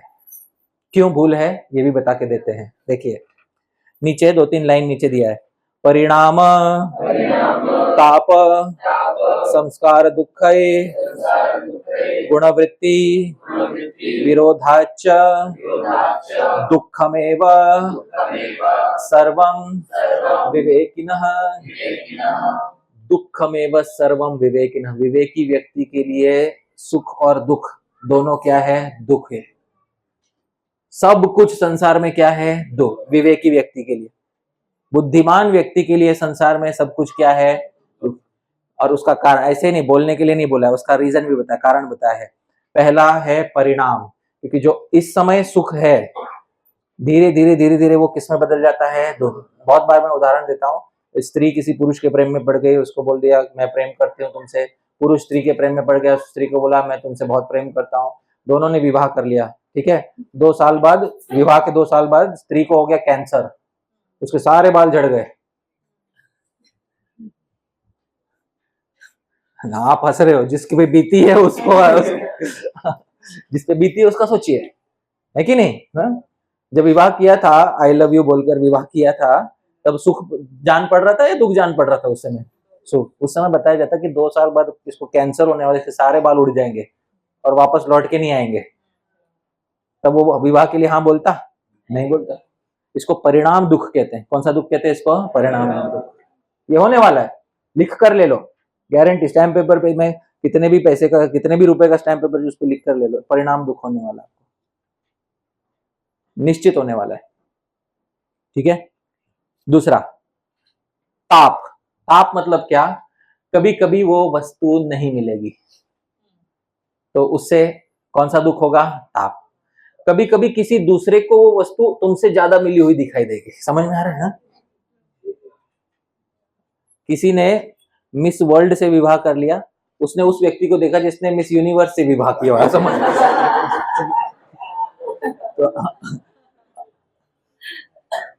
तो उसको दूसरे प्रकार, कौन सा दूसरे प्रकार का दुख कौन सा कहते हैं? ताप। ताप दुख कहते हैं इसको। और ये दोनों दुख नहीं हुए तो तीसरा होता है संस्कार दुख। कौन सा दुख होगा? क्योंकि हर सुख का हमारे चित्त पे राग होता है, राग के बिना सुख नहीं हो सकता। तो उस हर सुख का हमारे चित्त पे क्या पड़ता जाता है? संस्कार।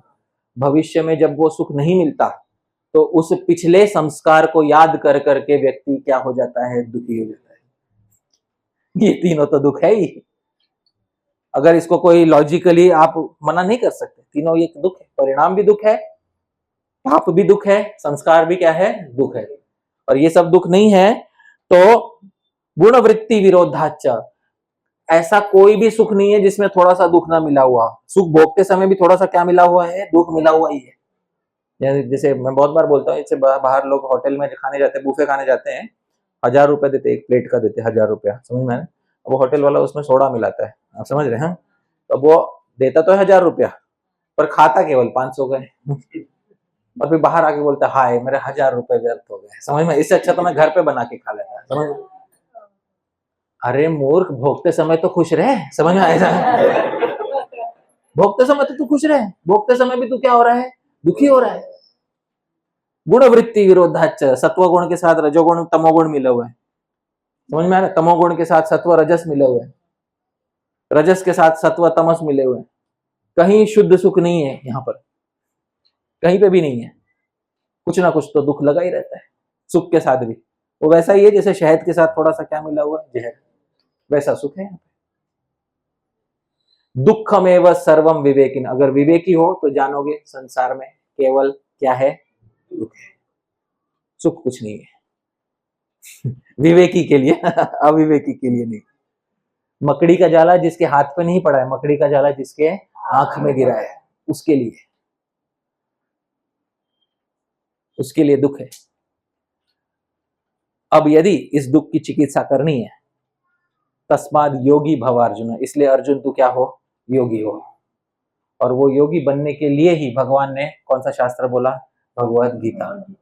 इसमें भगवान सब बता कर देंगे कैसे दुखों से बाहर निकलना है, किस तरह से संसार में रहते हुए भी दुखों की हानि करनी है। और आप यदि उसे जानना चाहते हो तो आपके लिए अवसर है कि आप यहाँ पर आके इस शास्त्र को सीख सकते हो। भले आप भक्ति योग कर रहे हो, बहुत सारे लोग बोलते हैं भक्त हैं, उसका परीक्षा होना चाहिए, ठीक है? भक्त का एक परीक्षा होना चाहिए। क्या भक्त का परीक्षा क्या होती है पता है आपको? गीता में भगवान बोलेंगे, ब्रह्म भूत प्रसन्नात्मा न शोचति न कांक्षति समः सर्वेषु भूतेषु मद्भक्तिं लभते पराम्। मेरी परम भक्ति को वही प्राप्त है जो ब्रह्म भूत है और जो क्या है, प्रसन्न आत्मा। प्रसन्न आत्मा का मतलब क्या होता है? हाँ, दुख आए तो भी उसके पास दुख की क्या है, चिकित्सा है। अज्ञानी मत बनिए। संसार में अज्ञानी बन के मरना ये मनुष्य जीवन का सबसे बड़ा अपमान है, सबसे बड़ा अपमान है। मनुष्य रोगी बन के मरना सबसे बड़ा अपमान नहीं है, निर्धन बन के मरना सबसे बड़ा अपमान नहीं है। सबसे बड़ा अपमान क्या बन के मरना है, अज्ञानी बन के मरना है। सबसे बड़ा अपमान है इस मनुष्य जीवन का। अज्ञानी बन के मत मरिएगा। जितना समय बाकी है संसार में, जितना भी जीवन में समय बाकी है, उतने समय में प्रयास कीजिएगा। जितने भी दिन बाकी है, मैं एक भी अपने अपने प्रज्ञा का, अपनी बुद्धि का अपमान नहीं करूंगा, अपने मनुष्य जन्म का अपमान नहीं करूंगा। और वही समय एक चीज की हानि, पूरा मनुष्य जीवन एक चीज की हानि में बिता दूंगा। किस चीज की हानि करनी है मेरे को? दुखों की हानि करनी। अगली बार नहीं होना चाहिए। पूरा जीवन दुखों की हानि में बिता दूंगा। और यदि जीवन में कोई दुख आ भी रहा है, इस समय भी आ रहा है, उससे कैसे जूझना है वो भी यहाँ पे भगवान सिखा कर देंगे, सब सिखा कर देंगे। आप में से कौन कौन है जो सीखना चाहोगे भगवत गीता से ये सब विद्या, ठीक है? तो वहाँ सभी लोग सीखना चाहेंगे। हाँ, मैं भी सीखना चाहूंगा, भगवान मुझे भी सिखाए, है कि नहीं? हाँ, तो मैं भगवान से प्रार्थना करता हूँ भगवान मेरी बुद्धि में भी प्रकाश डाले, जिससे मैं भी अपने दुखों की हानि कर सकूं, और भगवान आपको भी इस विद्या से अवगत कराएं आपके हृदय में। तो इसी प्रार्थना के साथ आज का यहाँ पे जो प्रथम सत्र था उसको मैं यहाँ थोड़ा अल्प विराम दे रहा हूँ। आगे थोड़ा अगली बार थोड़ा और बताएंगे, ठीक है? और फिर उसके बाद शुरू करेंगे, लेकिन अगली बार अगले रविवार को होगा या कब होगा वो मैं बताऊंगा, आपको मैसेज आएगा। आज यहाँ पे ही पॉज करते हैं, यहीं पे हम प्रवचन रोकते हैं। हरे कृष्णा। ठीक है, तो माता जी प्रश्नोत्तर के लिए कुछ समय है या नहीं है? ठीक है, तो प्रश्नोत्तर का अभी समय है, किसी को पूछना है तो आप पूछ सकते हैं जी। अच्छा, प्रश्नोत्तर का अर्थ ये नहीं है कि आप आवाज करें, थोड़ा शांति बैठिए, ठीक है? हाँ, पूछिए प्रभु जी।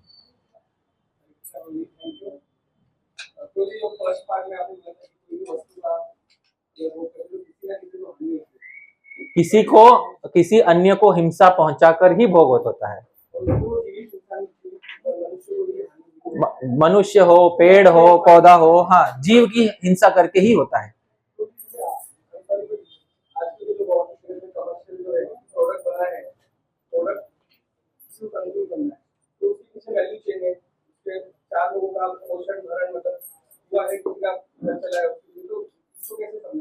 तो किसी का घर चला है तो किसी का उजड़ा भी है ना वो बनाने के लिए, है ना। एक सिंपल रबर की फैक्ट्री है जो रबर बनाती है टायर के लिए। उस रबर को बनाने के लिए पता है आपको वो रबर कैसे बनाया जाता है? हाँ? वो जो वृक्ष होता है रबर का, उसमें एक घाव किया जाता है, उस घाव से वो रिश्ता है। आप समझे? अब वो वृक्ष को सुख हो रहा है या दुख हो रहा है? मान लो आपको खड़ा कर दिया जाए कि सर्दी गर्मी बरसात में, और आपके शरीर पर ले घाव मार के खून निकाल रहे हैं आपका, आपके आपको सुख हो रहा है या दुख हो रहा है? तो जीव की हानि, वो जीव को दुख में डाल के आपने वो लिया। आपकी नहीं, आपके जिज्ञासा का समाधान हो गया। हाँ हाँ, तो वही तो मैं बोल, तो आप प्रकृति बोल रहे हो, प्रकृति बोल के आप उस पर चादर डाल रहे हो। हैं वास्तव में प्रकृति इतनी बड़ी है, हमने थोड़ा सा दुख दे दे तो क्या हो गया? ये तो आपने अनेक जीवों को दुख देकर अपना सुख प्राप्त किया है, सच्चाई ये है। सही बात है ना? वो तथ्य को एज इट इज स्वीकार करना चाहिए। और वो आप नहीं, मैं भी हूँ, हम सभी है। हाँ, तो कोई बात नहीं, उसका कुछ निवारण करेंगे। ठीक है। हाँ, आप जी। हम्म,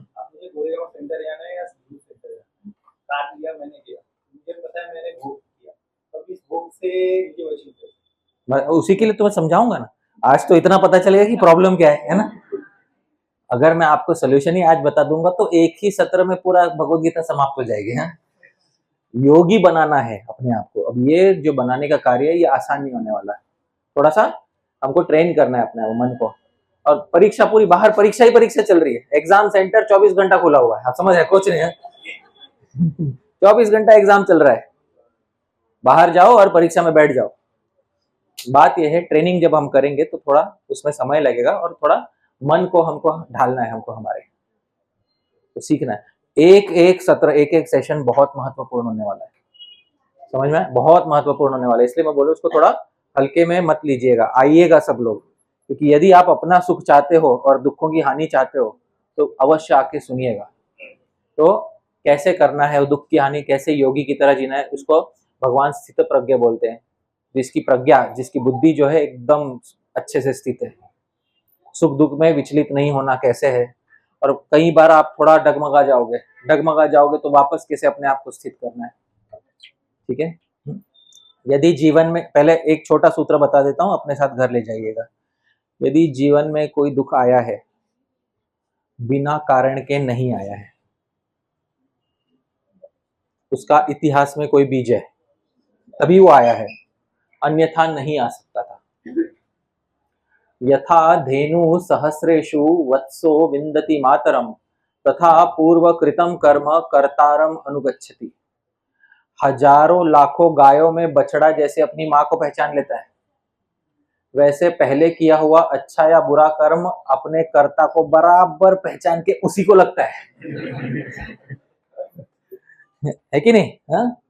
बहुत अच्छा दृष्टांत बताया, एग्जाम्पल इतना अच्छा दिया शास्त्र में। हा? जैसे बछड़ा लाखों करोड़ों गाय में अपनी माता को पहचान लेता है और उसी माता का स्तनपान करता है, समझ में आ रहा है? वैसे ही पिछला किया हुआ अच्छा या बुरा कर्म उसी को लगता है, समझ, उसी को लगता है जिसको वो लगना होता है। कभी कभी आप देखोगे, एक ऐसी गाड़ी चल रही, रास्ते पे कार चल रही, 4 लोग बैठे हैं, एक्सीडेंट हो गया, 3 मर गए, 1 बच गया। आप समझ रहे? हाँ, 3 मर गए, 1 बच गया। 1 बच गया, क्यों बच गया भाई? उससे बोल, तू क्यों बच गया? हाँ, तू भी तो तू भी जा। नहीं नहीं नहीं, तो वो बहुत इंपॉर्टेंट है, बहुत है, उसका पिछला कोई कारण होता है।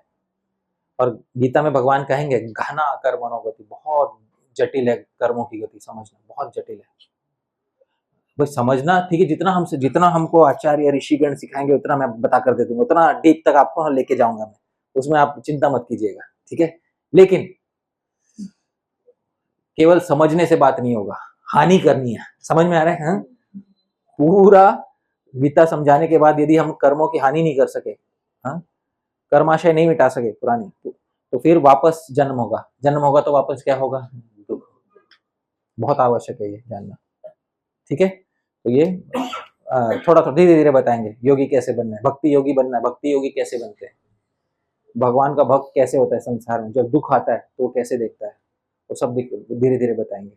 कर्म योगी कैसे देखता है दुख को, ज्ञान योगी कैसे देखता है, सारे दृष्टिकोण से बता कर देंगे। क्योंकि हम केवल भक्ति योग के दृष्टिकोण से देखेंगे तो बाकी दृष्टिकोण हमें समझ नहीं आएंगे, तो सारे दृष्टिकोण से बता कर देंगे। पर गीता का सार भक्ति योग में है, गीता का सार एक ही योग में, कौन से योग में है, भक्ति योग में। बाकी योग भी भक्ति के बिना पूरे नहीं होते, तो वो भी बता कर देंगे पूरा। ठीक है, ठीक है। एक आधा दो प्रश्न और ले सकते हैं किसी और। जी माता जी। जो आप जन्म बोल रहे हैं वो सीक्वेंशियली होता है, जैसे अलग अलग योनियों में होता है, तो एक ही विषय निर्धारित होता है कि मतलब अगर आप क्या होता है तो नेक्स्ट जन्म में क्या होगा। हाँ, तो प्रकृति के नियमों से उसके कर्माशय जो है, पुराने जो संचित कर्म कहते हैं जिसको, संचित कर्मों के अनुसार उसको एक योनि मिलती है। अब जब वो मनुष्य इतर योनि में होता है, मनुष्य इतर मतलब मनुष्य के अलावा योनियों में होता है, तब उसको भोग योनि कहते हैं। भोग योनि होता है मतलब वो निर्धारित होता है कि इसके बाद ये, इसके बाद ये, उसमें भी उसको सुख दुख कितना मिलने वाला है वो निर्धारित होता है। मनुष्य योनि में भी सुख दुख पहले से ही क्या होता है, निर्धारित होता है। आप समझो, मनुष्य योनि में भी पहले एक चीज निर्धारित है, क्या निर्धारित है, सुख और दुख। पर मनुष्य योनि कर्म योनि मानी गई है, इसमें आप आगे के सुख दुख को बदल सकते हो, इसलिए मनुष्य योनि को कर्म योनि कहते हैं, अन्य योनियों को भोग योनि कहते हैं। इसको गीता में भगवान बताएंगे, कर्मानुबंधीनि मनुष्य लोके, कर्म का बंधन कौन से लोक में लगता है, मनुष्य लोक में। कर्मानुबंधीनि, नए अनुबंधीनि, अनु मतलब नया बंधन जो है कर्म का, कौन से लोक में लगता है, मनुष्य लोक में। मनुष्य लोक में जो अपने कर्मों को गलत कर बैठता है, आगे यदि वो कीड़ा मकोड़ा पतंग बने कुछ नहीं कर सकता, फिर वो कुछ नहीं, हाथ से निकल गया उसके, फिर कितना रोए धोए कुछ भी करे वो, फिर बहुत समय के बाद फिर वो बनेगा, तो समझ रहे हैं। फिर उसके बाद जब बनेगा, जब उसको मिलेगा मनुष्य जन्म, पुनः उसको अवसर मिलेगा कि भाई कुछ करे, भाई इतना अच्छा भगवान ने विद्या दी, प्रज्ञान दिया, ज्ञान दिया भगवान ने इतना अपना, अभी मनुष्य जन्म का अपमान मत कर। और मनुष्यों में भी बहुत कुत्सित योनियां होती हैं, तुरंत अच्छा जन्म नहीं मिलता, कभी कभी ऐसे परिवारों में जन्म, ऐसे देशों में मिल जाता है जहां ये विद्या मिलेगी ही नहीं। किसी और कोई ऐसा पंथ पे रहना है, कोई और धर्म में रहना है, समझ में आ रहा है, वैसे ही जीवन बिताना है, ये विद्या कभी नहीं मिलेगी। फिर वो जन्म हो जाएगा, फिर उसके बाद अगला मिले, उसमें उतना कर्म बंधन नहीं लगता जितना भारत में ज्ञानी व्यक्ति को जितना लगता है कर्म बंधन, उतना उन योनियों में नहीं लगता। फिर जब भारत में जन्म मिले, फिर थोड़ा वापस एक भगवान एक अवसर देंगे, अब इतना जान गया हो, अब करो, अब ठीक से अपनी बुद्धि का प्रयोग करो, बुद्धि का अपमान मत करो, प्रज्ञा अपराध कहते, बुद्धि का ही अपराध मत करो। अब बुद्धि का अपराध उस समय यदि कर दिया, फिर क्या कर सकते, समझ रहे, ये बात बहुत आवश्यक है ये जानना। आपकी जिज्ञासा का समाधान हो गया, ठीक है। हाँ पूछिए।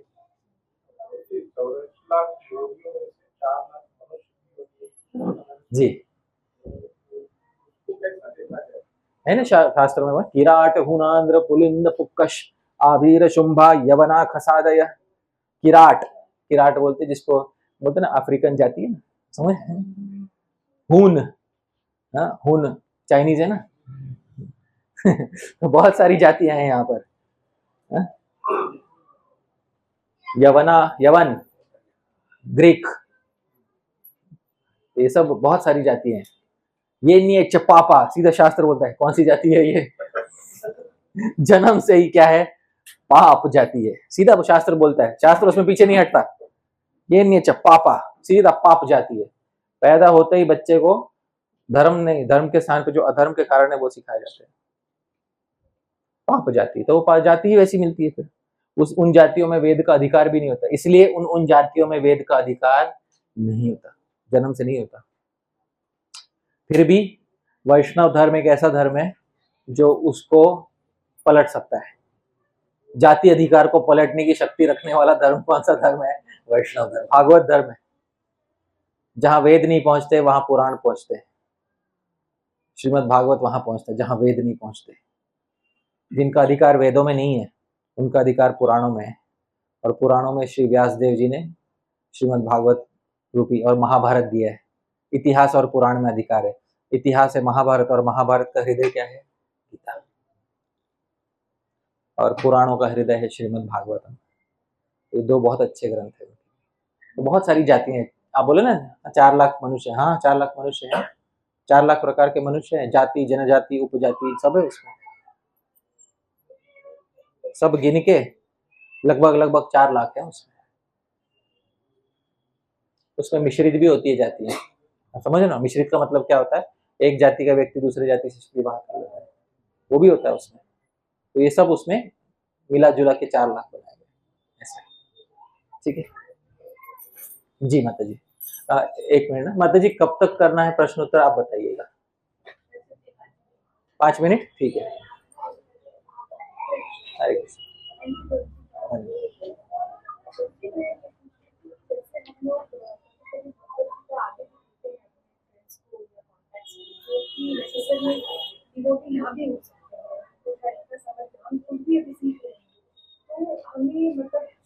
संक्षिप्त में क्या प्रयोजन हम लगा सकते हैं, आपको हम दे रहे हैं।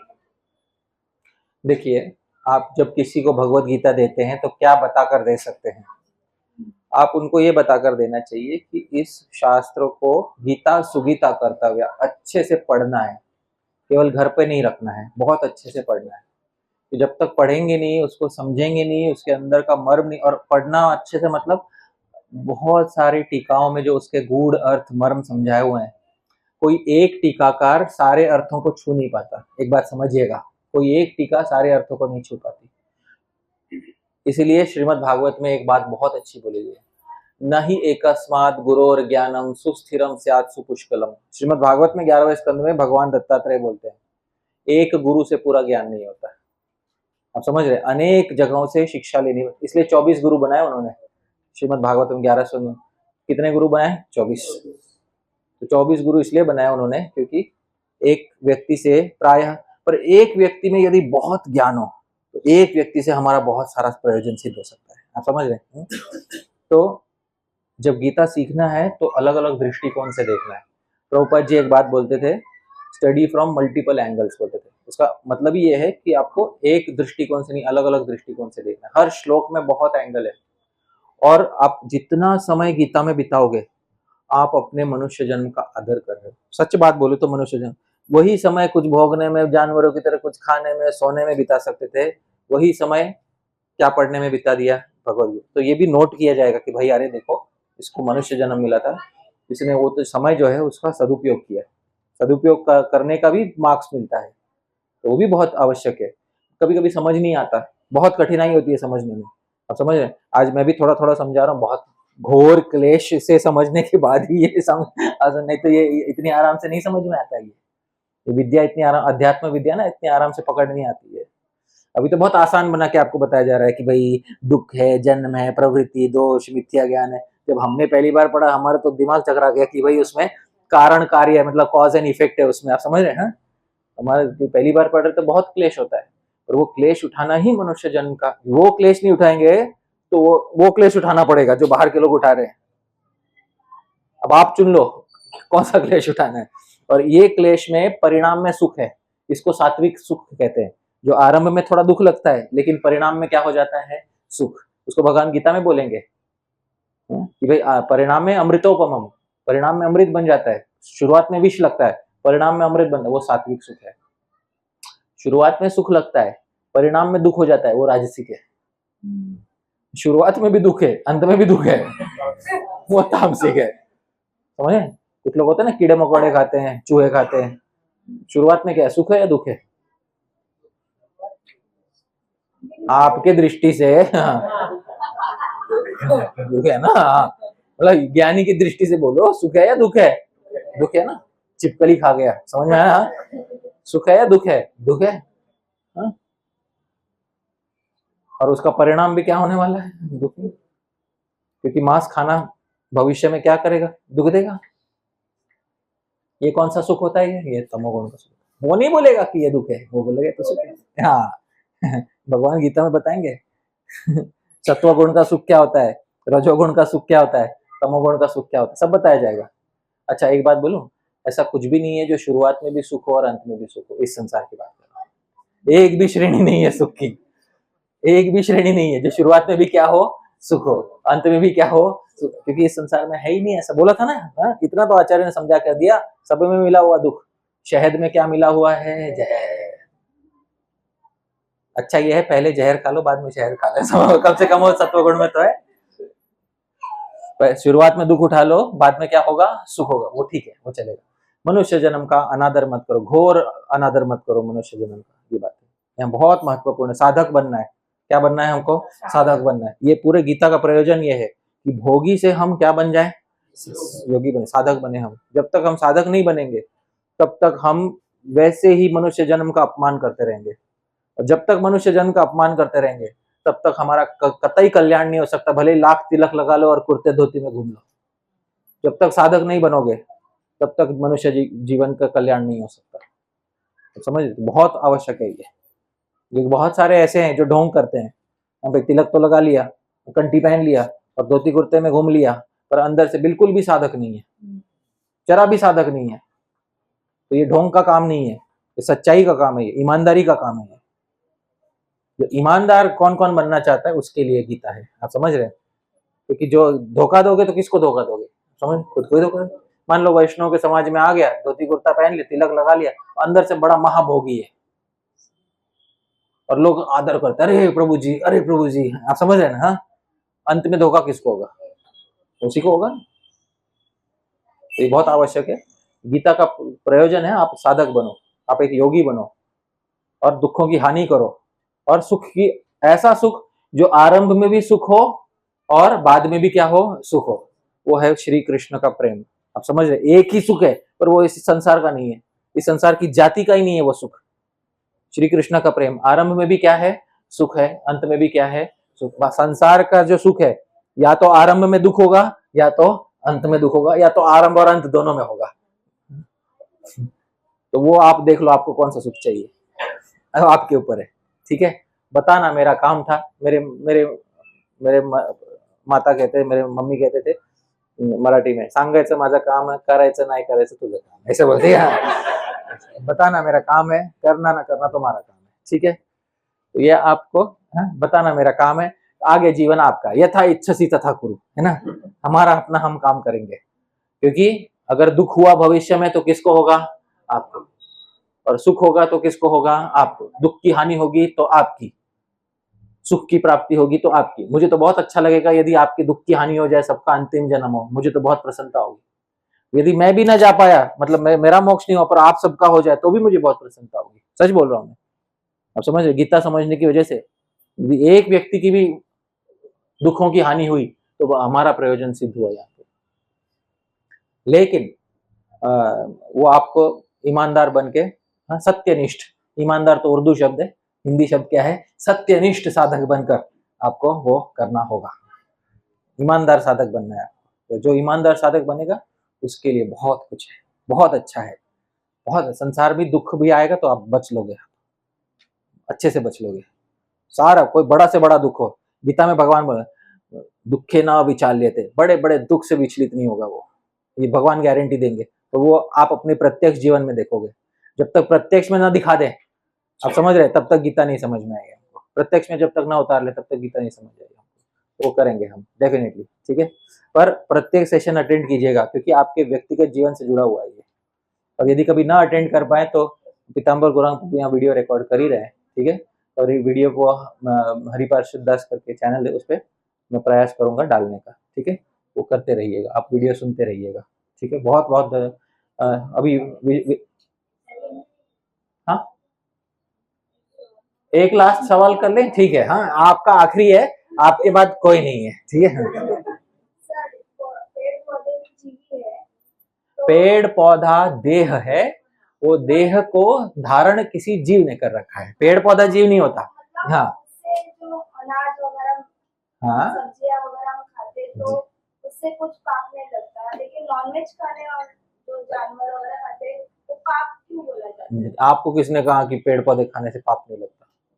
बिल्कुल लगता है। अपना भरण पोषण तो उसी से, हाँ हाँ, सीधी बात है। तो वही मैं बोल रहा हूँ कि बोलते हैं कि नॉनवेज खाने वाले पापी होते हैं, पाप करते हैं। देखिए, तो इसमें फर्क है, फर्क क्या इतना बता देता हूँ। जो शाकाहारी होते हैं, वेज जिसको हिंदी में शाकाहारी बोलते हैं, शाकाहार में भी पाप लगता है, मांसाहार में भी पाप लगता है, किंतु शाकाहार के पाप को हटाना बहुत सरल है। आप समझ रहे हो? मांसाहार का पाप बड़ा पाप होता है, ये बात है। ऐसा नहीं है कि शाकाहार में पाप नहीं लगता। स्मृति ग्रंथ में बताया है, कंडनी पेषणी चुल्ली उदकुंभी च मार्जनी पंचसूना गृहस्थस्य ताभिर्स्वर्गम न विंदति। मनुस्मृति। हर गृहस्थ जो भी घर वाले ना, घर बार वाले, उनके घर में 5 कत्तल खाने हैं। समझ में? कत्तल खाना समझते ना आप? जहां हिंसा होती है। कौन से 5 कत्तल खाने बता देता हूं। कंडनी, कंडनी मतलब जहां मसाले कूटते ना, आप समझ रहे हैं? हाँ, कूटने वाला, वो पहला कत्तल खाना है, वहां बहुत कीड़े मकोड़े मारे जाते हैं। हाँ, पेषणी और चक्की चलाते ना, आप समझ रहे हैं? हाँ, वो दूसरा कत्तल खाना है।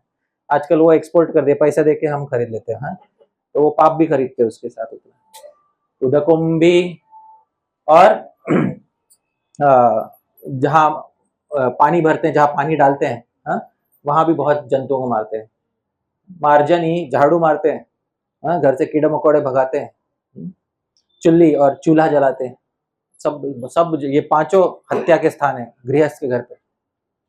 ताभिर स्वर्गम न विंदति, इसलिए गृहस्थ आराम से, गृहस्थी में जो है वो आराम से स्वर्ग को प्राप्त नहीं होता। क्यों नहीं प्राप्त होता? अगर केवल भोगने के लिए भोग रहा है बिना यज्ञ किए, उसको स्वर्ग नहीं मिलता आराम से। योगी नहीं है ना वो, भोगी है वो, ऊपर से गृहस्थ भी है। 5 जगह पे हत्या कर रहा है अपने ही घर में, है ना? तो इसलिए तो वो भी ऐसा मत समझिए। किसी भी जीव, मैंने बोला ना, कोई भी भोग बिना दूसरे प्राणियों की हिंसा के प्राप्त नहीं हो सकता। तो नहीं हो सकता, लिख लीजिए और उसको पूरा आयु भर उस पर विचार कीजिए। यही तो मनुष्य जन्म इसीलिए है, मनन करने के लिए। एक होता है श्रवण, श्रवण के बाद क्या करना होता है? मनन, और उसके बाद निधिध्यासन, उसको जीवन में उतारना है। आप समझ रहे? तीन परिस्थितियों से गुजरता है ज्ञान, श्रवण, मनन, निधिध्यासन।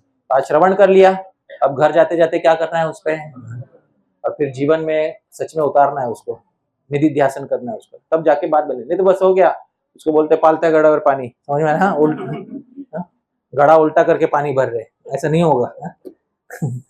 वैसा नहीं होना चाहिए हमारे साथ।